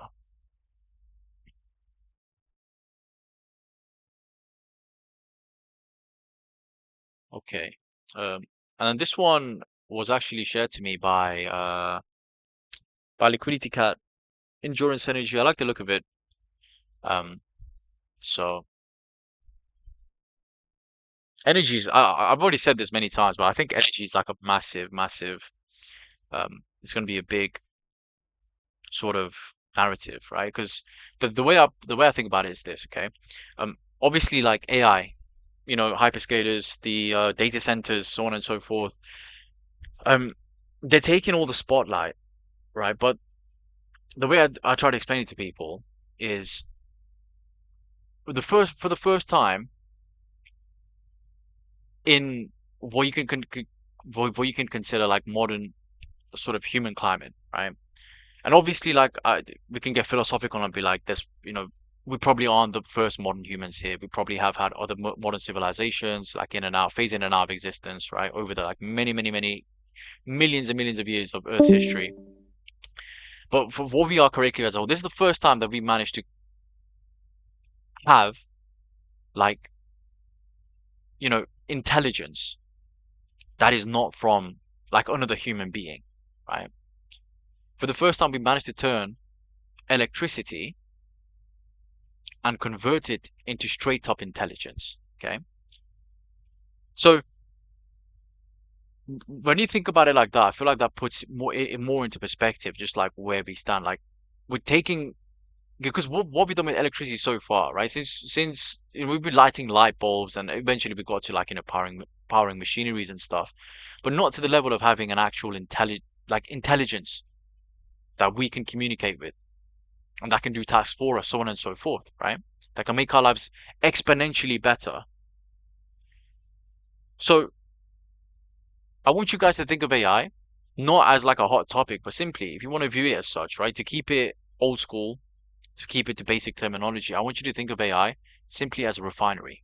We're taking electricity, we're taking fundamental power, we're refining it into intelligence. And that is the crazy thing we have managed to do here. We haven't managed to do this before, right? So if that's the case, then obviously AI is going to be cool, have AI stocks, but what's the one thing we need for that to work? We need power. We need electricity to begin with, right? Because that is what this entire infrastructure runs on. So obviously that then it then follows that in that case, why would energy not be a big narrative going forward, right? You're talking nuclear, you're talking clean energy, green energy, whatever it is, like, energy, I think will just be a big narrative going forward. Um, that's my reasoning for it, right? And obviously, you build more AI data centers, so on and so forth, you're going to need more energy to run it, right? So there's just going to be an increased demand in producing electricity to begin with. So yeah, for that reason, I do like I think energy production is going to be a huge, huge narrative. Um, Obviously, there's so much room for growth in that sector as well. Like I said, we've not cracked fusion yet, right? When we get to fusion reactors, like nuclear is just going to be so fucking big. It's probably going to be the main source of electricity for pretty much every nation on Earth for a long while, right? Fusion reactors, once we crack it, we've not cracked it yet.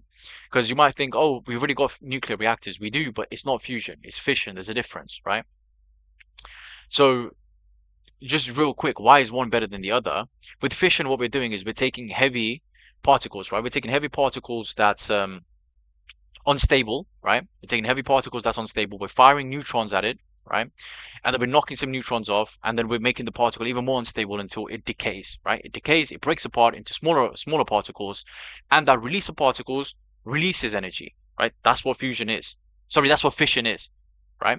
And that release of energy is what we then convert, what we use to like heat up water, so on and so forth. The steam gets warmed up, and then after that, it's pretty basic from there, right? But it's number one, you have a lot of radioactive waste, radioactive decay, right? A lot of radiation, and that's the main problem with this, right? It's not you're taking unstable particles, you're converting it into more unstable particles. It's not like that's why we have so much radioactive waste, right? What's the opposite of this? It's fusion, right? So what we just described, what we do right now is fission. The opposite is fusion. What fusion does is it takes lighter particles and smashes them together into heavier particles. And when that happens, you release a shit ton of energy.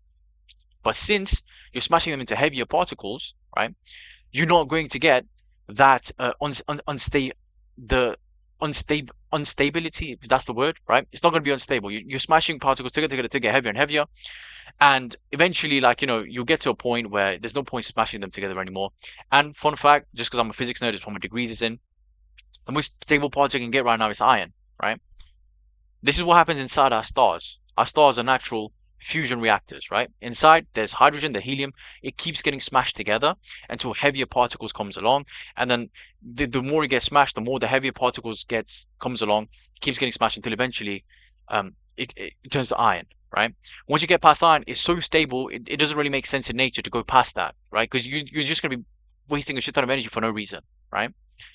And that's why, like, when your stars run out of helium, hydrogen, so on, it gets heavier and heavier. Eventually, that's why stars have a lifespan, because you can't keep smashing shit together forever, right? So when the helium, the hydrogen runs out, that the fusion reaction runs out, right? And from that point on, when there is no fusion reaction anymore, there isn't that outward pressure from the fusion reaction to counteract the force of gravity from the star. That's why the star collapses in on itself. You get a supernova, you get black holes if the star's big enough, so on and so forth, right? I know that's pivoted a bit away from energy, but just to explain to you why fusion reaction will be so big once we crack it. We can do fusion, okay? We can do it right now. We just can't do it at enough of a scale, okay, where it's number one profitable and number two where it's efficient, right? Right now we're putting more energy in to do the fusion than we're getting out. Once we can crack that and we have efficient fusion, I'm telling you, fission reactors are going to be a thing from the past, okay? Because there would be genuinely no point in putting fission reactors. Right? That's what an atom bomb is. What do you think a nuclear bomb is? It's just a big container full of unstable particles, and it's just an uncontrolled reaction, right? That is literally the difference between an atom bomb, right, a hydrogen bomb, a nuclear bomb, and a nuclear reactor is we're using lead, we're using, like, naturally radiation absorbing materials to control the decay, the rate of decay, okay? So when we control it, we have a controlled sort of fission of the actual bigger particles. A nuclear bomb is literally just an uncontrolled reaction. A nuclear reactor is a controlled reaction. That's the only difference. We're a few control rods away from a nuclear reactor turning into a nuclear bomb, right?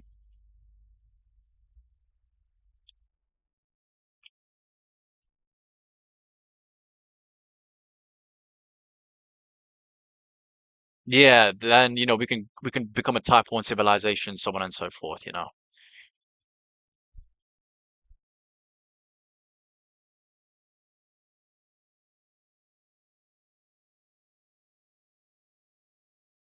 No, bro, I've not felt anything.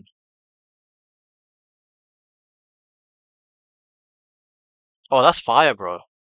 Yeah, one of my friends, he went to CERN on a school trip. I was so jealous because they never took us to CERN on a school trip, bro. I'd love to visit, man.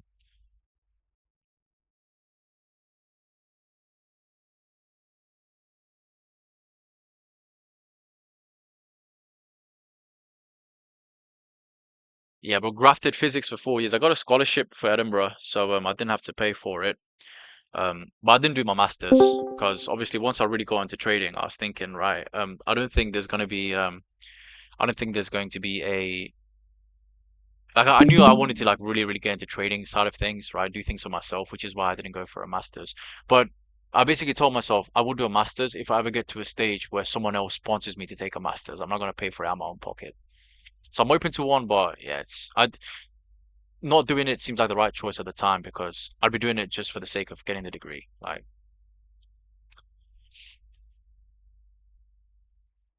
bro, there's a massive degree inflation right now. Like, it's actually insane. I went to my sister's graduation the other day. Like, there is a massive degree inflation. Yeah, yeah, exactly.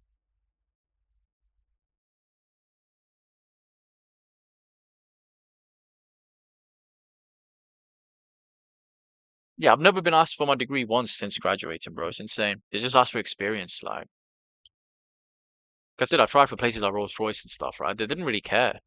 Just experience. I was like, oh, okay. Why did I what did I do this for?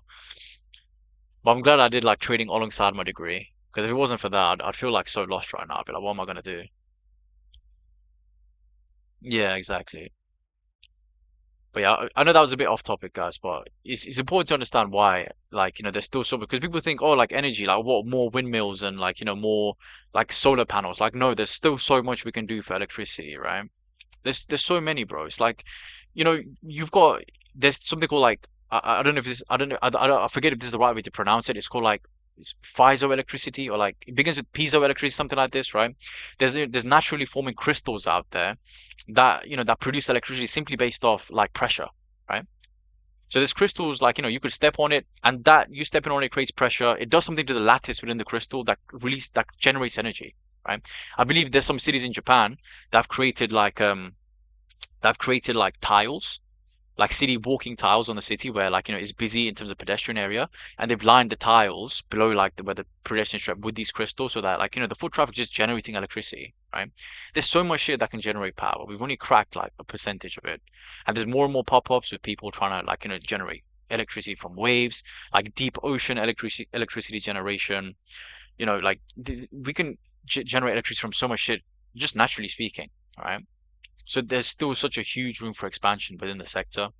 And bro, as population increases, like we're gonna need energy, like for no matter what, right? So yeah, it just makes sense, bro.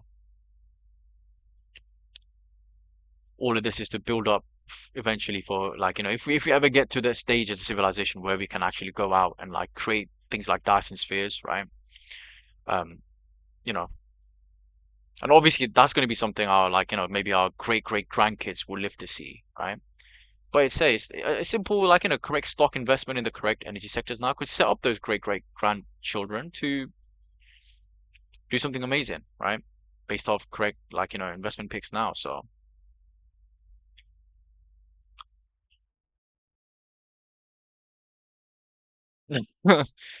I mean, you probably could, but I don't know anything about that. I'm sure some fucker's got a PhD, like a PhD thesis on that.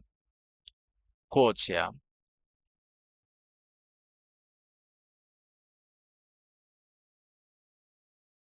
Appreciate that, bro.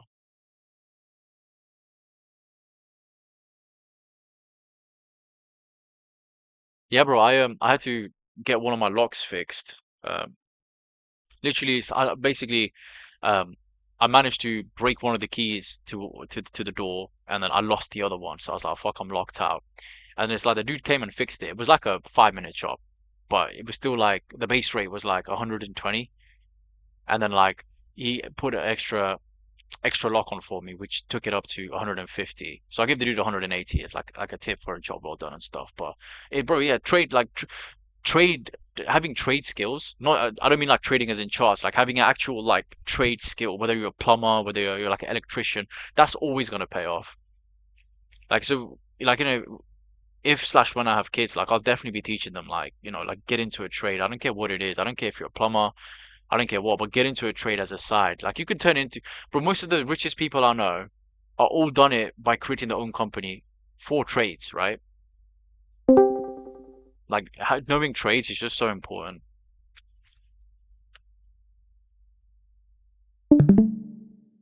Yeah, life skill, exactly. Your sub brother, right? Yeah, yeah, exactly. So yeah, even if this company that I showed you guys, right? Even if this company, Agility, even if all these robots do replace all the warehouse workers, the people needing to fix the robots, the people needing to like wire it up, those are still going to be humans. So learn a trade, honestly.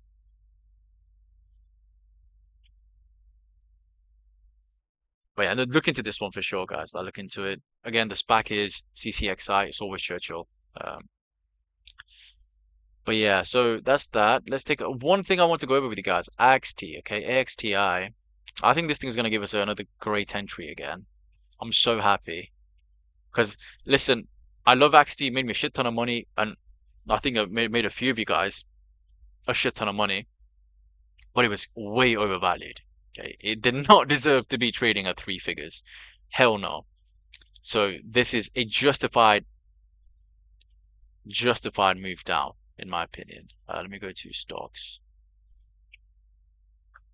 Oh wait, I already have. Yeah, this is the stocks one. Here we go. What? Oh my God, bro! What? Why is it gapped up, man? Oh, that's terrible. Last time I looked at this, it was a 30. Yeah, it was hitting. What the fuck? Why is it gapped up like that?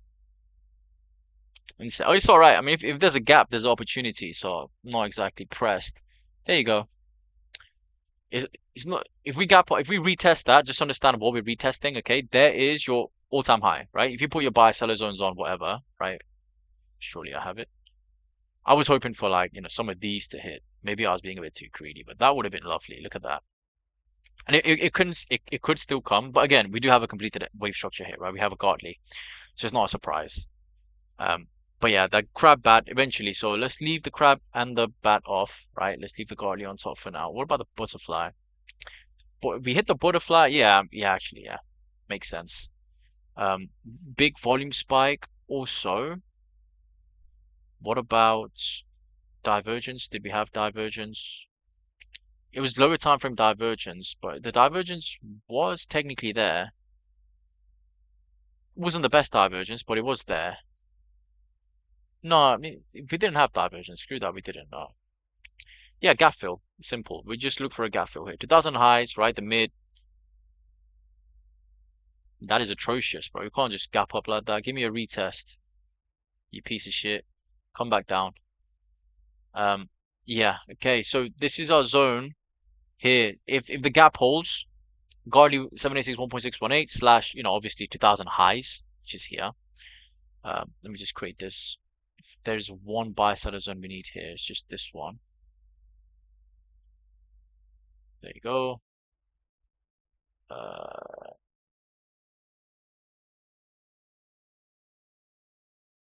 Okay, this is 2000 high. This is 2000 12-month seller zone mid. This is 2000 12-month seller zone low. Boom. Nice reaction. That's fine. I just want the eventual gap fill now. If we get that gap fill, even just like slightly lower, I don't really care. If we get some sort of smiley face here, because the last level high, that little low taken out, right? So any sort of here, good area to try and take a bid again on XT. Because again, if this is gonna go to those lower prices, another lower high, it would make complete sense, right? If you've been accumulating this long, that it wouldn't be surprised if we got another distribution leg, basically. So just keep an eye out on that. I'm gonna put an alert on because I wouldn't want to miss that move. I'll run this picture up on CFD again. My CFD account's just been sat in cash for a while now, so fingers itching a bit. I shared that short with you guys. Like I'm so salty. I closed it early. It's what it is. Like I'm not gonna get read perfect on everything. But if I left that open, I would have actually made more on that move down because I wasn't fully positioned on the move up. Right, I was fully positioned on that move down. But it's what it is. So I hope for this gap fill here. I'm just gonna set an alert for the mid, and we'll see where it takes us. Yeah. Because I want the bigger wave structures to hit, but they might not. This is wave structure completion at the end of the day. And the last level high, the little level low has been taken out. So, yeah. No point foaming into green candles, right? Just where we can manage risk, where there's a technical edge, we'll just go there.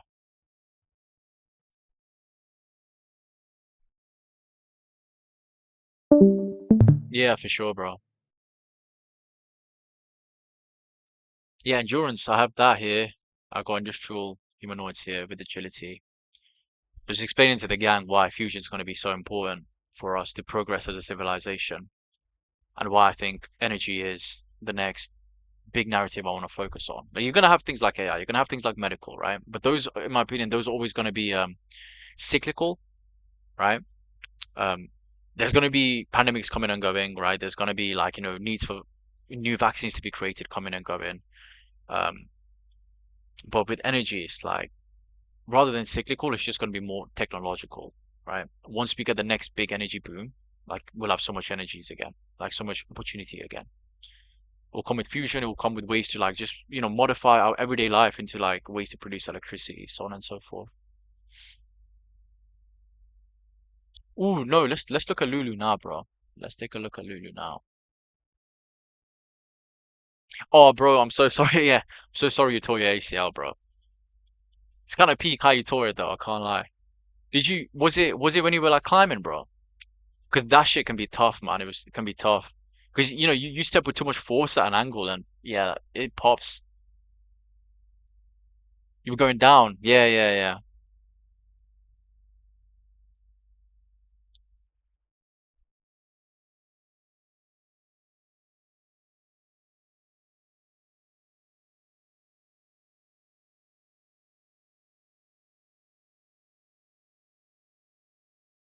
Timber, yeah. We have someone here that worked for American Timber Company. They gave me a stock. I forgot what it was. Like American Woodworks Corporation or something like this. Edinburgh's terrible for wheelchairs as well, bro, Rohan. All cobbled roads. Yeah, Edinburgh's not very wheelchair friendly. A bit too hilly, a bit too many cobbled roads, too many steps.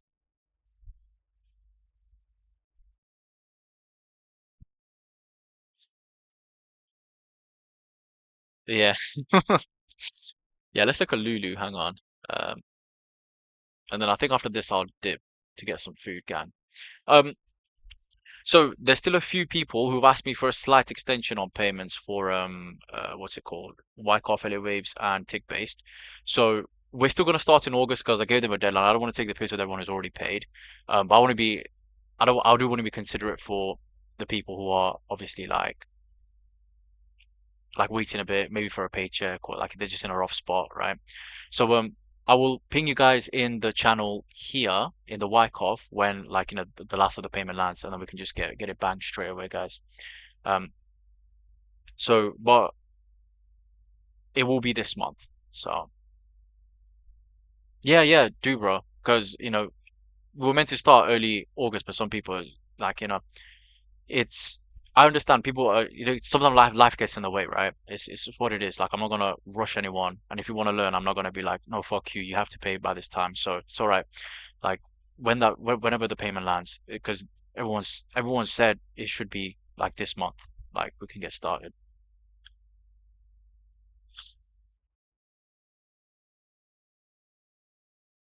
Um, okay, but I mean it's a big reset. One thing is, I do want you guys to watch Nvidia. I feel like if we do get another rally in the market, yeah, we'll look at Lulu in a bit, bro. One sec. If we do get a rally, I feel like it's going to be based off Nvidia because this thing, right, being a market leader as it is, has done absolutely nothing for a while, right? Because many things have gone up, many things have gone down, and in that volatility, Nvidia hasn't really done much. Like we talk, it's just been range bound, right? Like since let's say since like June 2025, right? If you look at Nvidia, it's just been range bound since last year. About a year of it just ranging. And with that regard, we've had an attempted breakout, right? It's failed, whatever. But if we can hold above this range mid for Nvidia, if we can truly hold above this range, which we're doing so far, even if we get one more drive down, fill the gap, whatever, right? So let's assume we do get one more drive down, fill the gap. If we can hold above the range mid, um, I do think Nvidia rallying can take the market with it, just to offset some of that capex fears that's currently going on, right? Um, and even like if you consider it like this, even if you do go a bit deeper, like if that smiley ends up happening on Nvidia, like I would trade that in my CFD account 100%. That would be an A plus long setup, right? On a high cap asset, I would 100% trade that. So just some food for thought. I do think Nvidia could be the reason we get the next sort of like tech slash like AI semi rally, right? Because if the mid holds and it starts breaking out and rallying, it's gonna take the rest of the market with it. It's just what it is. If we get a bit deeper first, it's gonna be a bit bloody, sure, but the structure's gonna be better, right? For it. That's Wyckoff. There's just spring back test, and then you can look for higher. In fact, I bet there's like a Gartley or a Bat or something that lines up with that. So if you take a look for that, 515, yeah. So obviously the 786 will come first, which will line up with the gap fill. But yeah, we've got wave structure, right? 618. There you go. Um, 786, 786 slash 886. So yeah, I mean we've got wave structure that lines up with the smiley face. So yeah, I would love for that smiley to hit first. But yeah, we'll see. Maybe 786, pump to the mid, reject, down for bullish divergence, 886. slash smiley and then send it from there or something like that perhaps. But yeah, keep an eye on Nvidia again because it's been consolidating, right? And then, breaking out M-shaped pullback to smiley face would be huge. It'd be insane for Nvidia. Okay, let's look at Lulu next.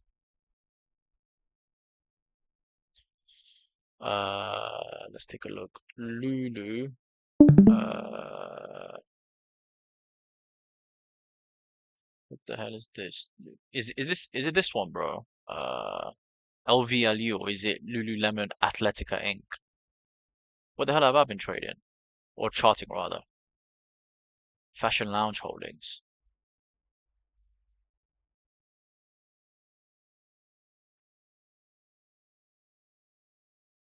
So I don't think it's that one. Lululemon, okay.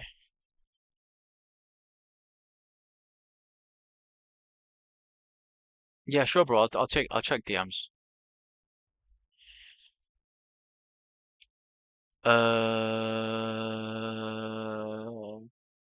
Let's go here. Okay, let's go with this one then. Lululemon Athletica Nasdaq. 118, yeah. Okay, there we go. Okay, potential for a shock. I can see that. Potential for a bat. I can see that. Have I marked those up? No. 1 yearly, 2 yearly. So let me get that down real quick. The hell?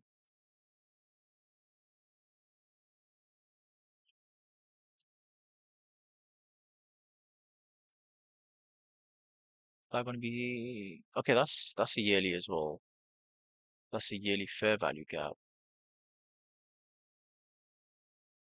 Well, that's a nice reaction actually. Yeah, of the yearly fair value gap. The mid got front ran, but it's what it is.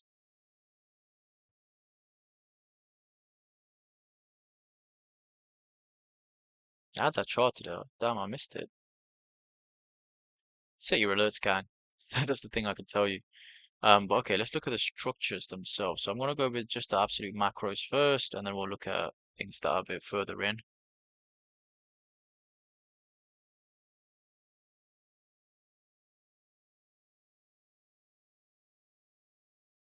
Okay, 786s have been tagged.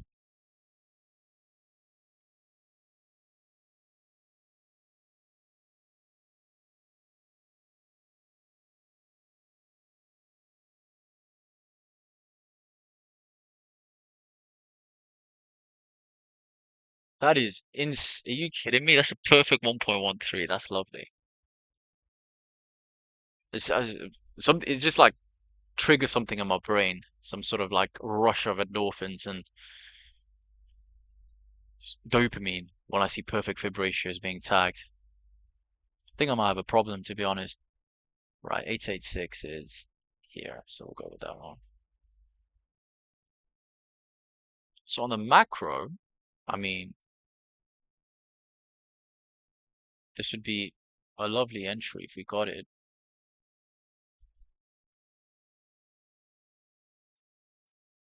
Let me do some macro. So,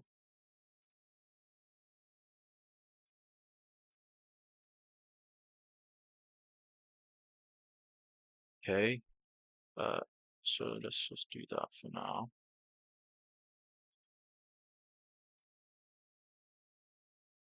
What else do I see? So if we take the same real quick, and then I was to actually, do you know what?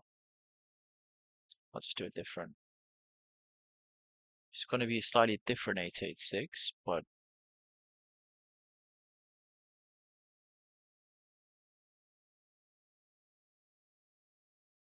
that is terrible because I really want this to be a godly, but that is just off.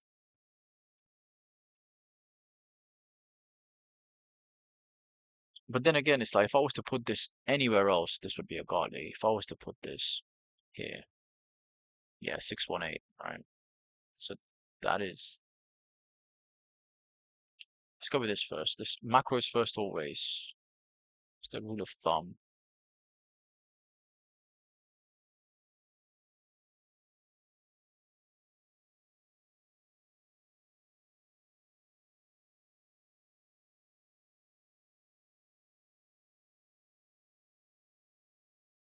1.618. That's when it's wave structures this big, I don't exactly care if it's not a perfect 618. It's only like a few off anyway. Like this is a godly in my opinion. You could easily view this as a godly. So let me just pin the 786 first.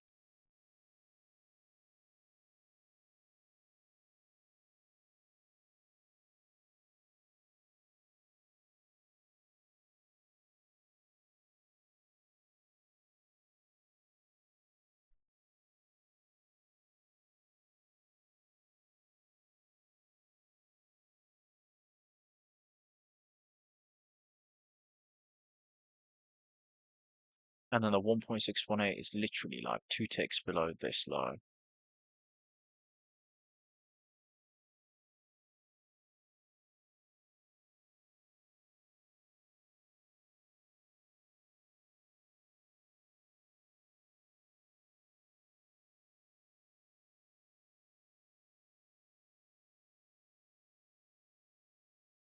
And if obviously that zone is lost, then you can just say hi to the 886. But the fact of the matter is, it's not lost. It's reacted off it, right? So if you wanted to enter here, actually, I'll play it very, very simple. It's as long as you're above the 1.618, like for a swing, you're good. It's like a 13% stop. You probably take these highs out here. You would just go for T1, right? For a swing. And if you wanted to DCA, you would do so at this zone. Like, especially if you got a rate to reclaim, that'd be a beautiful DCA trigger. Or you could, like, and if you enter, you want to do a DCA for just hitting the zone and a separate DCA for if you ever get a rate to reclaim, you can do that as well, right? Just segmenting your different DCAs on different scenarios. But based on where we are, bro, honestly, yeah, this is good, man. And this is only a 565 because I've taken it from like the origin, right? Like this, you can easily do this, and all of a sudden, that's not an issue anymore, right? And obviously, it's not a 786 anymore, but the 786 is going to be higher. The 86 can be you're going to be within the 786 86 range. The 1.618 however doesn't change. So no matter how you look at this, but let me just do the macro first, and then I'll look for more. So this would be.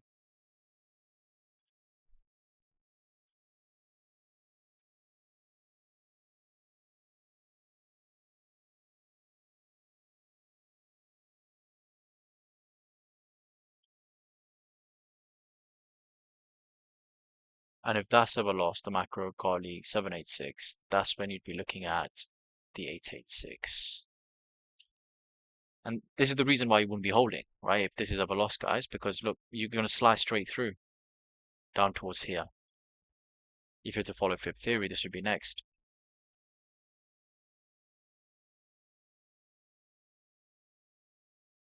This would be the macro guard 0.886.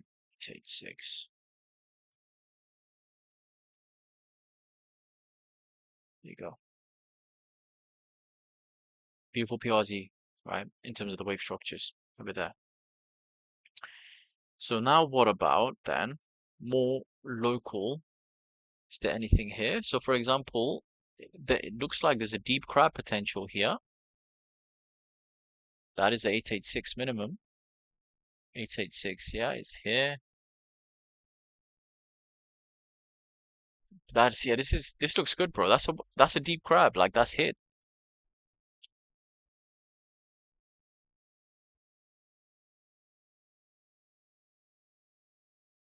Lululemon. Obviously, it's just hit the levels, like high time frame structure. I mean, it's weekly though. Like you're holding above on the weekly, right? So this is the 886, 1.618, just lower again.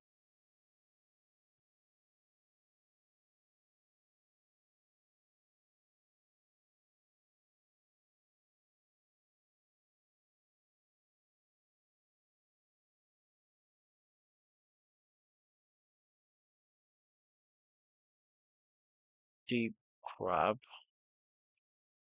1.618. And then we have the the deep crab, 2.618 just below.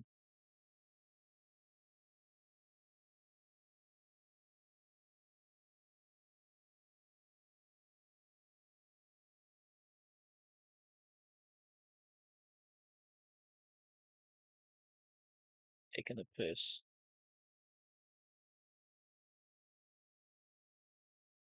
Wow. Okay. You know what? That's 99.74, so I'm just gonna go 99.73.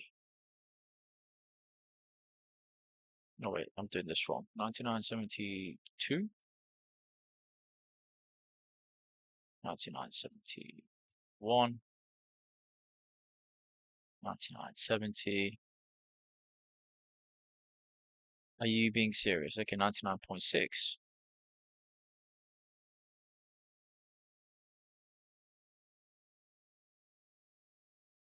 99.8. Boom, there we go. Okay.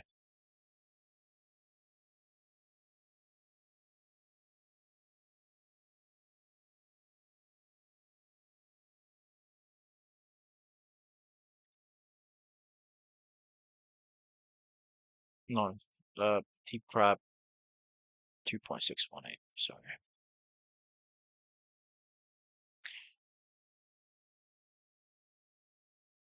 Slightly bigger zone to consider.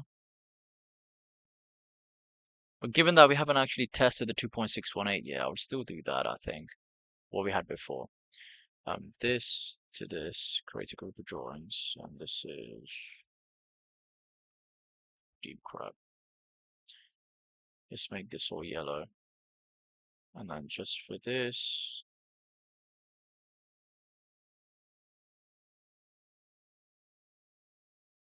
yeah. I'm sure we could find more wave structures, right? Uh, yeah, I'm sure we could find more wave structures, but there's no point in looking for too many. Like you could look for wave structures from here. Looks like a potential, for example, butterfly here, right? That looks around a 786 over here. Uh, No, not quite close. 749, yeah. Yeah, I'll just leave it at that for now. As long as you're above this, then this cluster, which we know is very, very important, like, this is just a cluster where you want strength to come in. It might have one more spike down if that's met with things like bullish divergence. So if we just choose, if I look at the RSI for Lulu real quick, which one am I on? I'm on stocks. If I look at the RSI for Lulu on the weekly, yeah, right. So you could have one more spike down. If that's met with a higher low on the RSI, you would have like a beautiful bullish divergence building up at these lows. Um, but you've had a smiley face like on the daily as well. There you go. Things that never fail. Smiley faces is one of them. Potential for a cup and handle. So you retest that neckline. You're taking that out basically. 136 target. So the signs are there, right? The signs are coming. For sure, bro. It's a good find, man. Bro, right? It's a good find. This is just a zone you would consider. As long as you have strength here, you don't lose this, you're fine. If you want to play it tight, if you want to play it really tight, then you don't want to be holding this below this wick, right? So that's how you would then optimize your stop loss. There you go. If you lose that, you don't want to be holding this because you're breaching the smiley face, right? Then just wait till get to the lower zone and enter again. This is slightly below resistance, so to further optimize, what you can do is just this. Wait for that flip, enter on the flip instead. Because since you're just that close to resistance, there's no point. If you reject from here, you might come all the way back down here. So if you're really looking to optimize, you would wait for that flip 121.8, which is the cup and handle sort of neckline, which is the smiley face, right? Head and shoulders neckline here. Flip that, and you can do like really tight stops around that, right? Because if that's lost, you might come all the way down here. So when you retest, we actually put your stops below that when it happens. So wait for that. Let's put an alert in. Or wait for this. Let's put an alert in. There. But the flip would be the ideal entry here. If you got the flip, like just to scalp the swing, would in my opinion be better. If you're really, really looking to maximize your risk to reward, that is.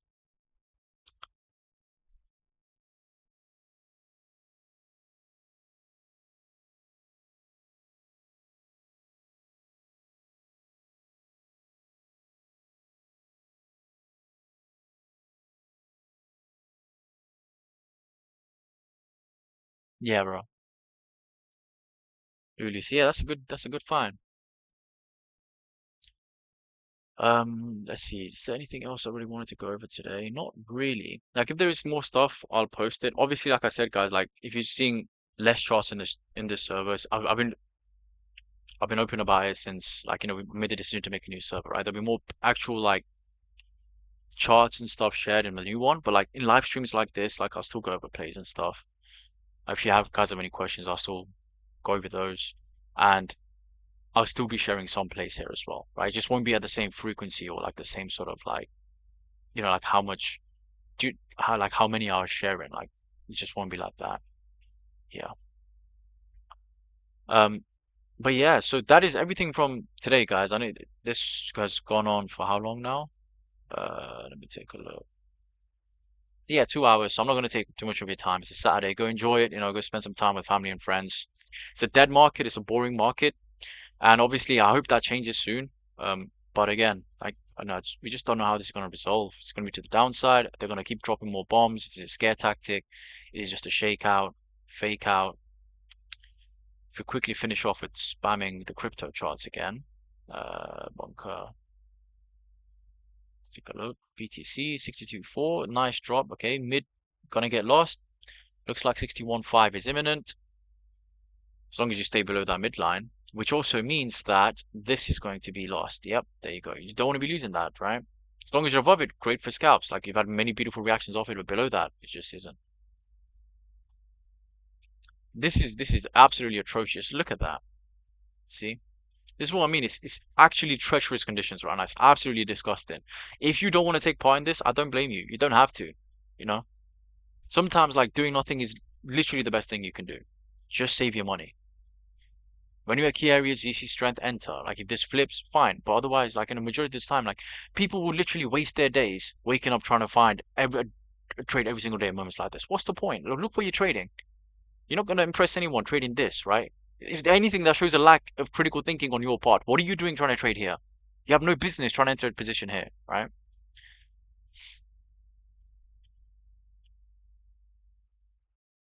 So now, like I said, I still hope we get the 59s. Like clear run on all of this liquidity, just give it, like just spike it down.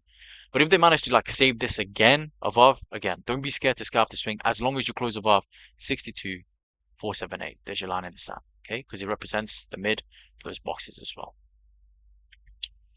But yeah, that's that. ETH probably dropping more. Uh, yeah, like I said, that especially this range on ETH, if you get it and it holds, nice area to enter because you just be reconfirming that as support. There's your smiley. We can run it now to the mid and above if it wants to. Just as a quick TLDR. And Solana, absolute dog shit. Below this, T1 retest would be next. And I think if we get that T1 retest, we're pretty much going to get this scenario play out. So I really, really hope we get this because I've been waiting for this one patiently. Because I've been wanting to buy this, but I'm just like, no, I'm not going to buy here, right? Because this structure wise, this will make more sense. Is this is like intuition, right? Obviously, intuition comes into play as well. It was just intuition that eventually we'll get a bigger flush on within the structure, get under the M shape before we go. So at this point, even if we don't get here, you're just looking for a sign of strength, right? Any sign of strength will do. Realistically, you would want that 886 minimum. It'd be lovely. But at this point, would that make sense? It still wouldn't make sense. A bit deeper is still what you want, right? For that W shape all the way up to 100 to still be valid. But again, if that holds, you have a beautiful bid on Solana at your hands. First zone would be here. If we get above that, then we can play to the crab. But yeah, alerts are set, so that's what that matters.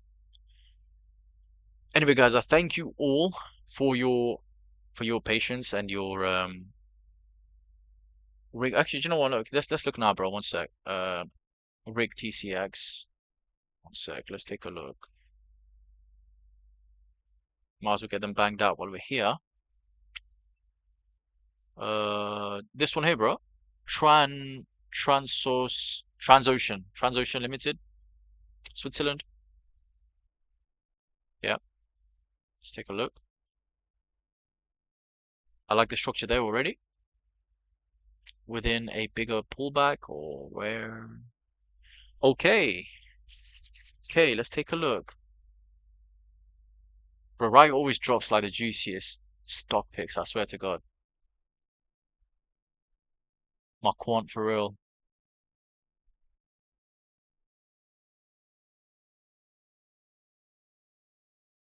Let's keep it simple. Anywhere within the trend line, yes, or flip of that. What you would hope is, you would hope that this is literally just one big raid of the lows. You like, if you think accumulation, manipulation, distribution, whatever, this isn't an AMD model by any means, right? But if they're going to accumulate below, like actual key points, it'd be here, right? So if you ever flip that, that would be a size up position because ideally, if we get one more drop towards this trend line, which I hope we would, just looking off this, let's see, what do we see?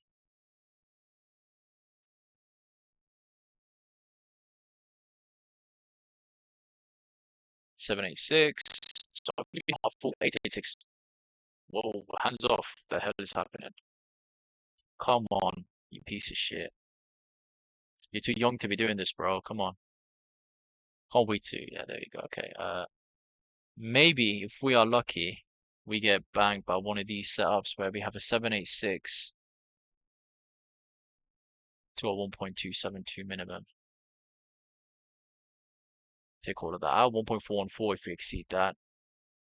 If we were to get an entry down over here again, it would be absolute blessing.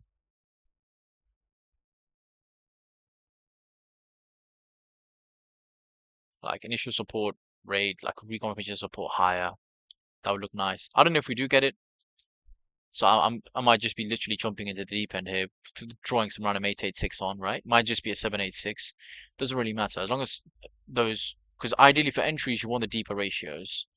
So anywhere between a 786 to an 886 would be. Do you know what? 618 to 886, 618, 786, 886. Anywhere within that zone.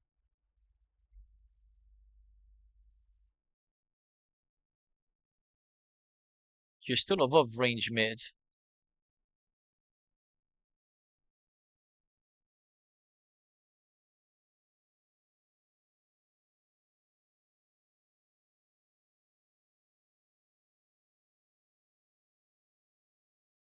Is there any fair value gaps? Is there any um liquidity pockets we've not tapped yet? 4 months, yeah. Okay, we have a 4 month fair value gap here.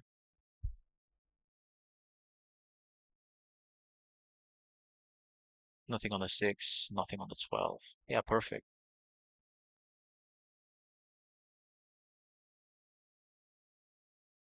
Yeah, so even if we don't get a 786, right, somewhere within here, as long as it holds, would give us a completely valid butterfly to the upside. So somewhere within this zone, that doesn't work. We try all the way at the lows again. Rick, that looks good though. And if obviously the key thing is if you get above $7 and you manage to accept above it, that's when we make a run on all of this, right? Because then this might be part of like a bigger structure in itself.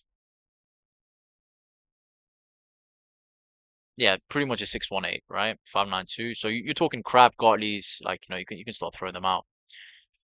Like from here, let's say from the last peak, let me just draw the rough shape on first, and then I'll just go and fix it up. This peak, set that low to this peak here is 596. Yep, well within the realms of a Gartley. That is a 84, perfect. Um, so we have your 786, 886 first, right? Which would again, that's double confluence for why we could get towards this target here. So you have a nice little PRZ zone already being created. But 786, 886, if you extend past that, we're talking 1.618 for the crab. 3.0, 1.618. That would take all of this liquidity out. You would fill some unmitigated like liquidity pockets. Beautiful.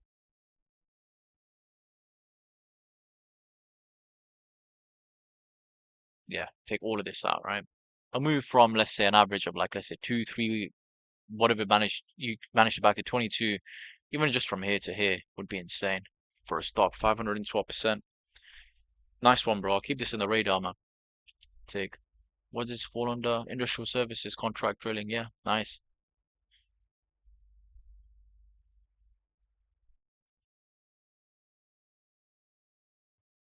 This is where people don't pay attention, right? But it's good you brought this on, right? This is where you want to pay attention because again, these are sort of areas where like if the stock is to survive, bottoming structure would end up coming in someplace around here, right? It's what it is.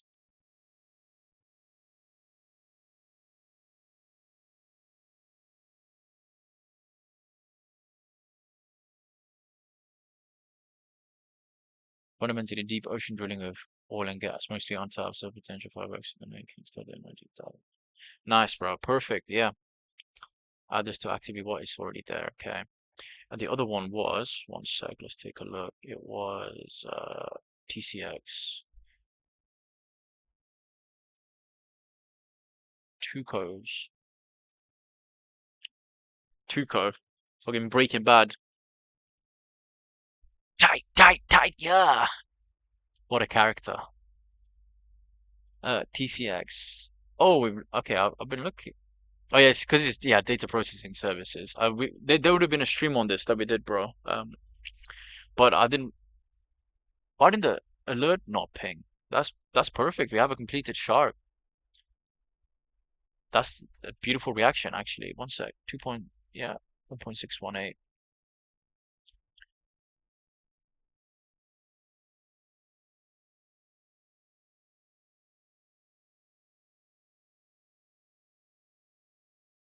That's the type of reaction you want to see coming into a PRZ, you know?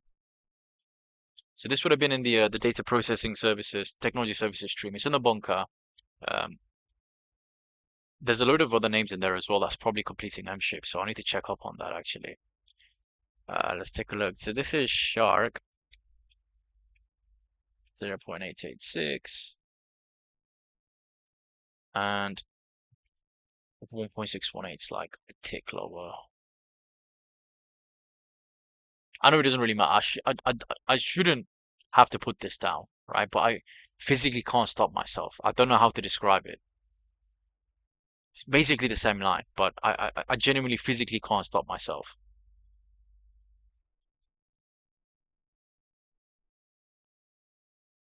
Like it is, I fully know it's just a waste of time, but it's like shock.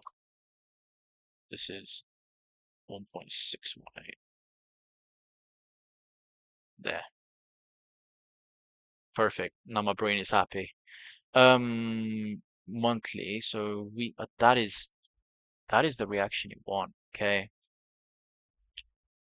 two things here. So number one, here is a supply zone. So this is an unmitigated. Sorry, this is a mitigated supply zone. So you know, in the future, if you ever flip this into support, area of bearish liquidity flipping bullish would be a good reason to enter, right? Um, what I'm interested in is there we go. I just knew there was going to be a gap somewhere here. There always is, bro. The gap straight through the actual. So obviously the ideal entry would be here. I don't know if we get it. You can take scalps to swings off this zone if you pull back to it and you see like we're not getting lower. But ideally, like if you get that pullback there and it holds, that'd be a beautiful gap fill entry. But yeah, this is where you want to pay attention to this. Again, you've completed the M shape. Now it's just a matter of like, you know, structure being on our side and everything, right? But the reason we pay attention to things like this is because even if we're not aiming for new highs, right? For example, off a shark, technically speaking, we know we are looking for one of these, right? For a shark, we're looking for a 1, 2, 1.0843, 5. Let me do that. Uh,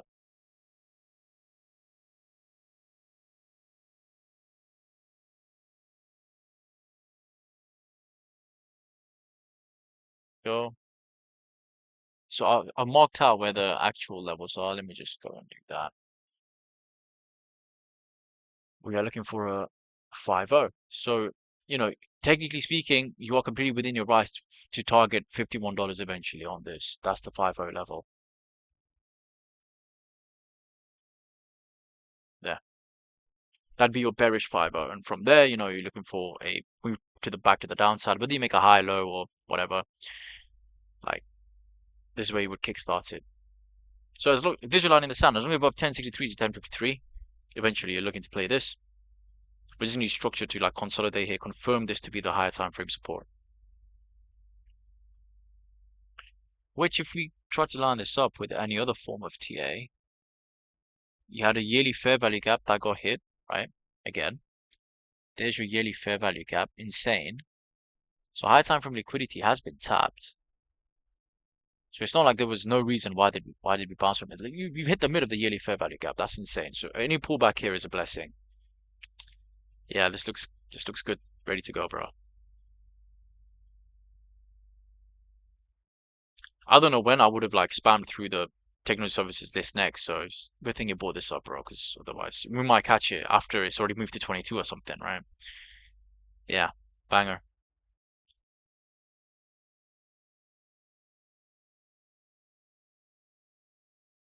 See ya, brother. Yeah, bro. I'll keep an eye on these for sure. Appreciate you, man. Thank you so much. Um, anyway, guys, I'm gonna end it here as well. Uh, yeah, my brain's getting foggy. I need to get some electrolytes in me. But again, I'll go live sometime next week. Once all the payments from the people who are looking to do the Wyckoff and stuff have landed, I'll ping you guys. I'm really sorry about the wait, obviously, but it's what it is, right? It's sometimes life gets in the way for people. Like I completely understand. So like no matter when the payment lands, like once it does, like we'll slice through it, so it doesn't matter. Even if like I'm in Asia, I still have my laptop, I can still get sessions done. I'm not going anywhere, so yeah. Um, but yeah, and if anything crazy happens, oh yeah, bro, right, I went over this like before you came on, but I think you'd be interested in it. Just take a look at this one as well when you get a chance, brother. It's called Agility.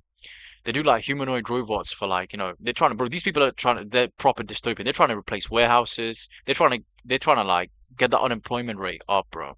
Like, but you know what it's like if you can invest in such a company early stage, like why not at least look into it, right? So they're going to be doing a merger again with Churchill Capital, my favorite SPAC mergers, always with them. Lucid was with them. The last one was Inflection. It was with them before Inflection absolutely ran. I'm sure they did others that I missed, but Churchill Capital is always good for SPAC mergers. But yeah, Agility they're called. Um, so yeah, maybe you'd be interested in looking at this one, bro.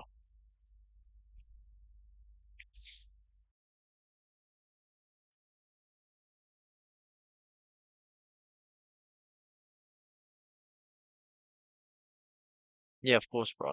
It depends, bro. I think if you do multiple sessions a week, it won't take long. Maybe if you do multiple sessions a week, it'll take, let's say if we do 2 sessions a week, probably be done in a month, right? If we do 2 sessions a week, probably be done within a month.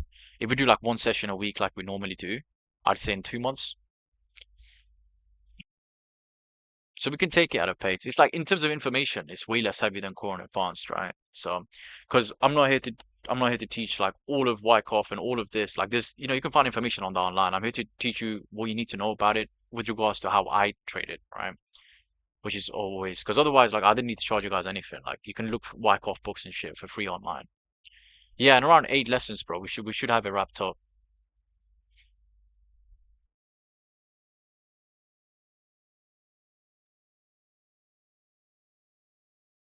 So it won't take long to like finish once we get into it. Yeah, and I remember you saying you contacted them, bro, the CM Endurance.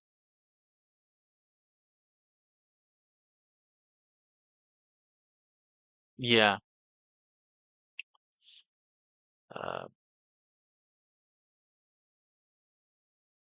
see, QQQ. This one was I was looking at QNT as well. I think we looked at this before as well, but yeah, got the sharp completion at the lows.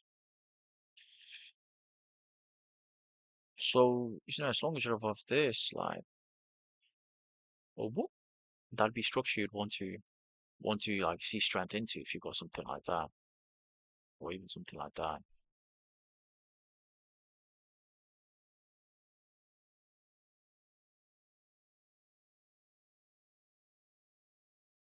Yeah, bro, I added so we'll do a masterclass on tick-based charts too. Tick-based charts in relation to like we'll do in relation to core and advanced and also because tick-based charts is mainly for execution because you guys do both, higher time frame and lower time frame trading. Tick-based charts is really useful for the lower time frame side of things, right? So for those of you who love scalping, which is pretty much everyone in the server, tick-based charts is a game changer. So we'll do a masterclass on tick-based charts.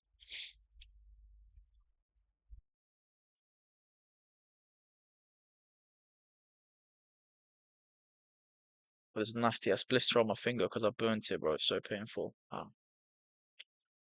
Um, yeah, 59% up today. Nice pump. Gap fill eventually, I hope. But yeah, so many things are like such good value areas. We just need structure on our side. That's about it. Nokia, CLSK, Inflection, hell. Like, look what this thing is. Like, the only reason I haven't like aped this is because if we're this low, I would absolutely want a raid, right? But if we don't get it, it's what it is. But plus the fact is quantum, I still think is a load of buzzwords right now as a whole. So I got to be careful with how much exposure I have to that. Yeah, yeah, bro.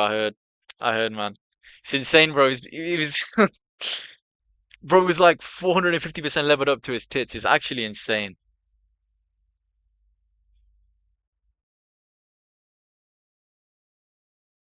Situational awareness. I think it's so ironic. It's almost like they're like laughing in our face because the fund is called situational awareness, bro. And it's like if you were anything aware of a situation, you would know that okay, this absolute bubble we're in, it looks like it's got signs of cooling, right? I don't know. Some jokes just write themselves, man, but it's what it is, bro. Played the game, played it hard, he played it fast, like got the reward for it, but yeah, it's took the risk on for a bit too long. Yeah, bro, Ken Griffin just the absolute bought the entire book for like 50 cents on the dollar, bro. Like hard price fire sell for him. Absolutely insane.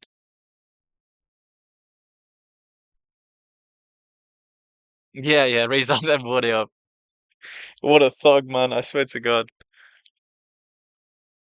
And people are like, oh, how is this even allowed? And it's like, bro, it's the game's game, you know? It's game's game. If you're a player, you can't complain.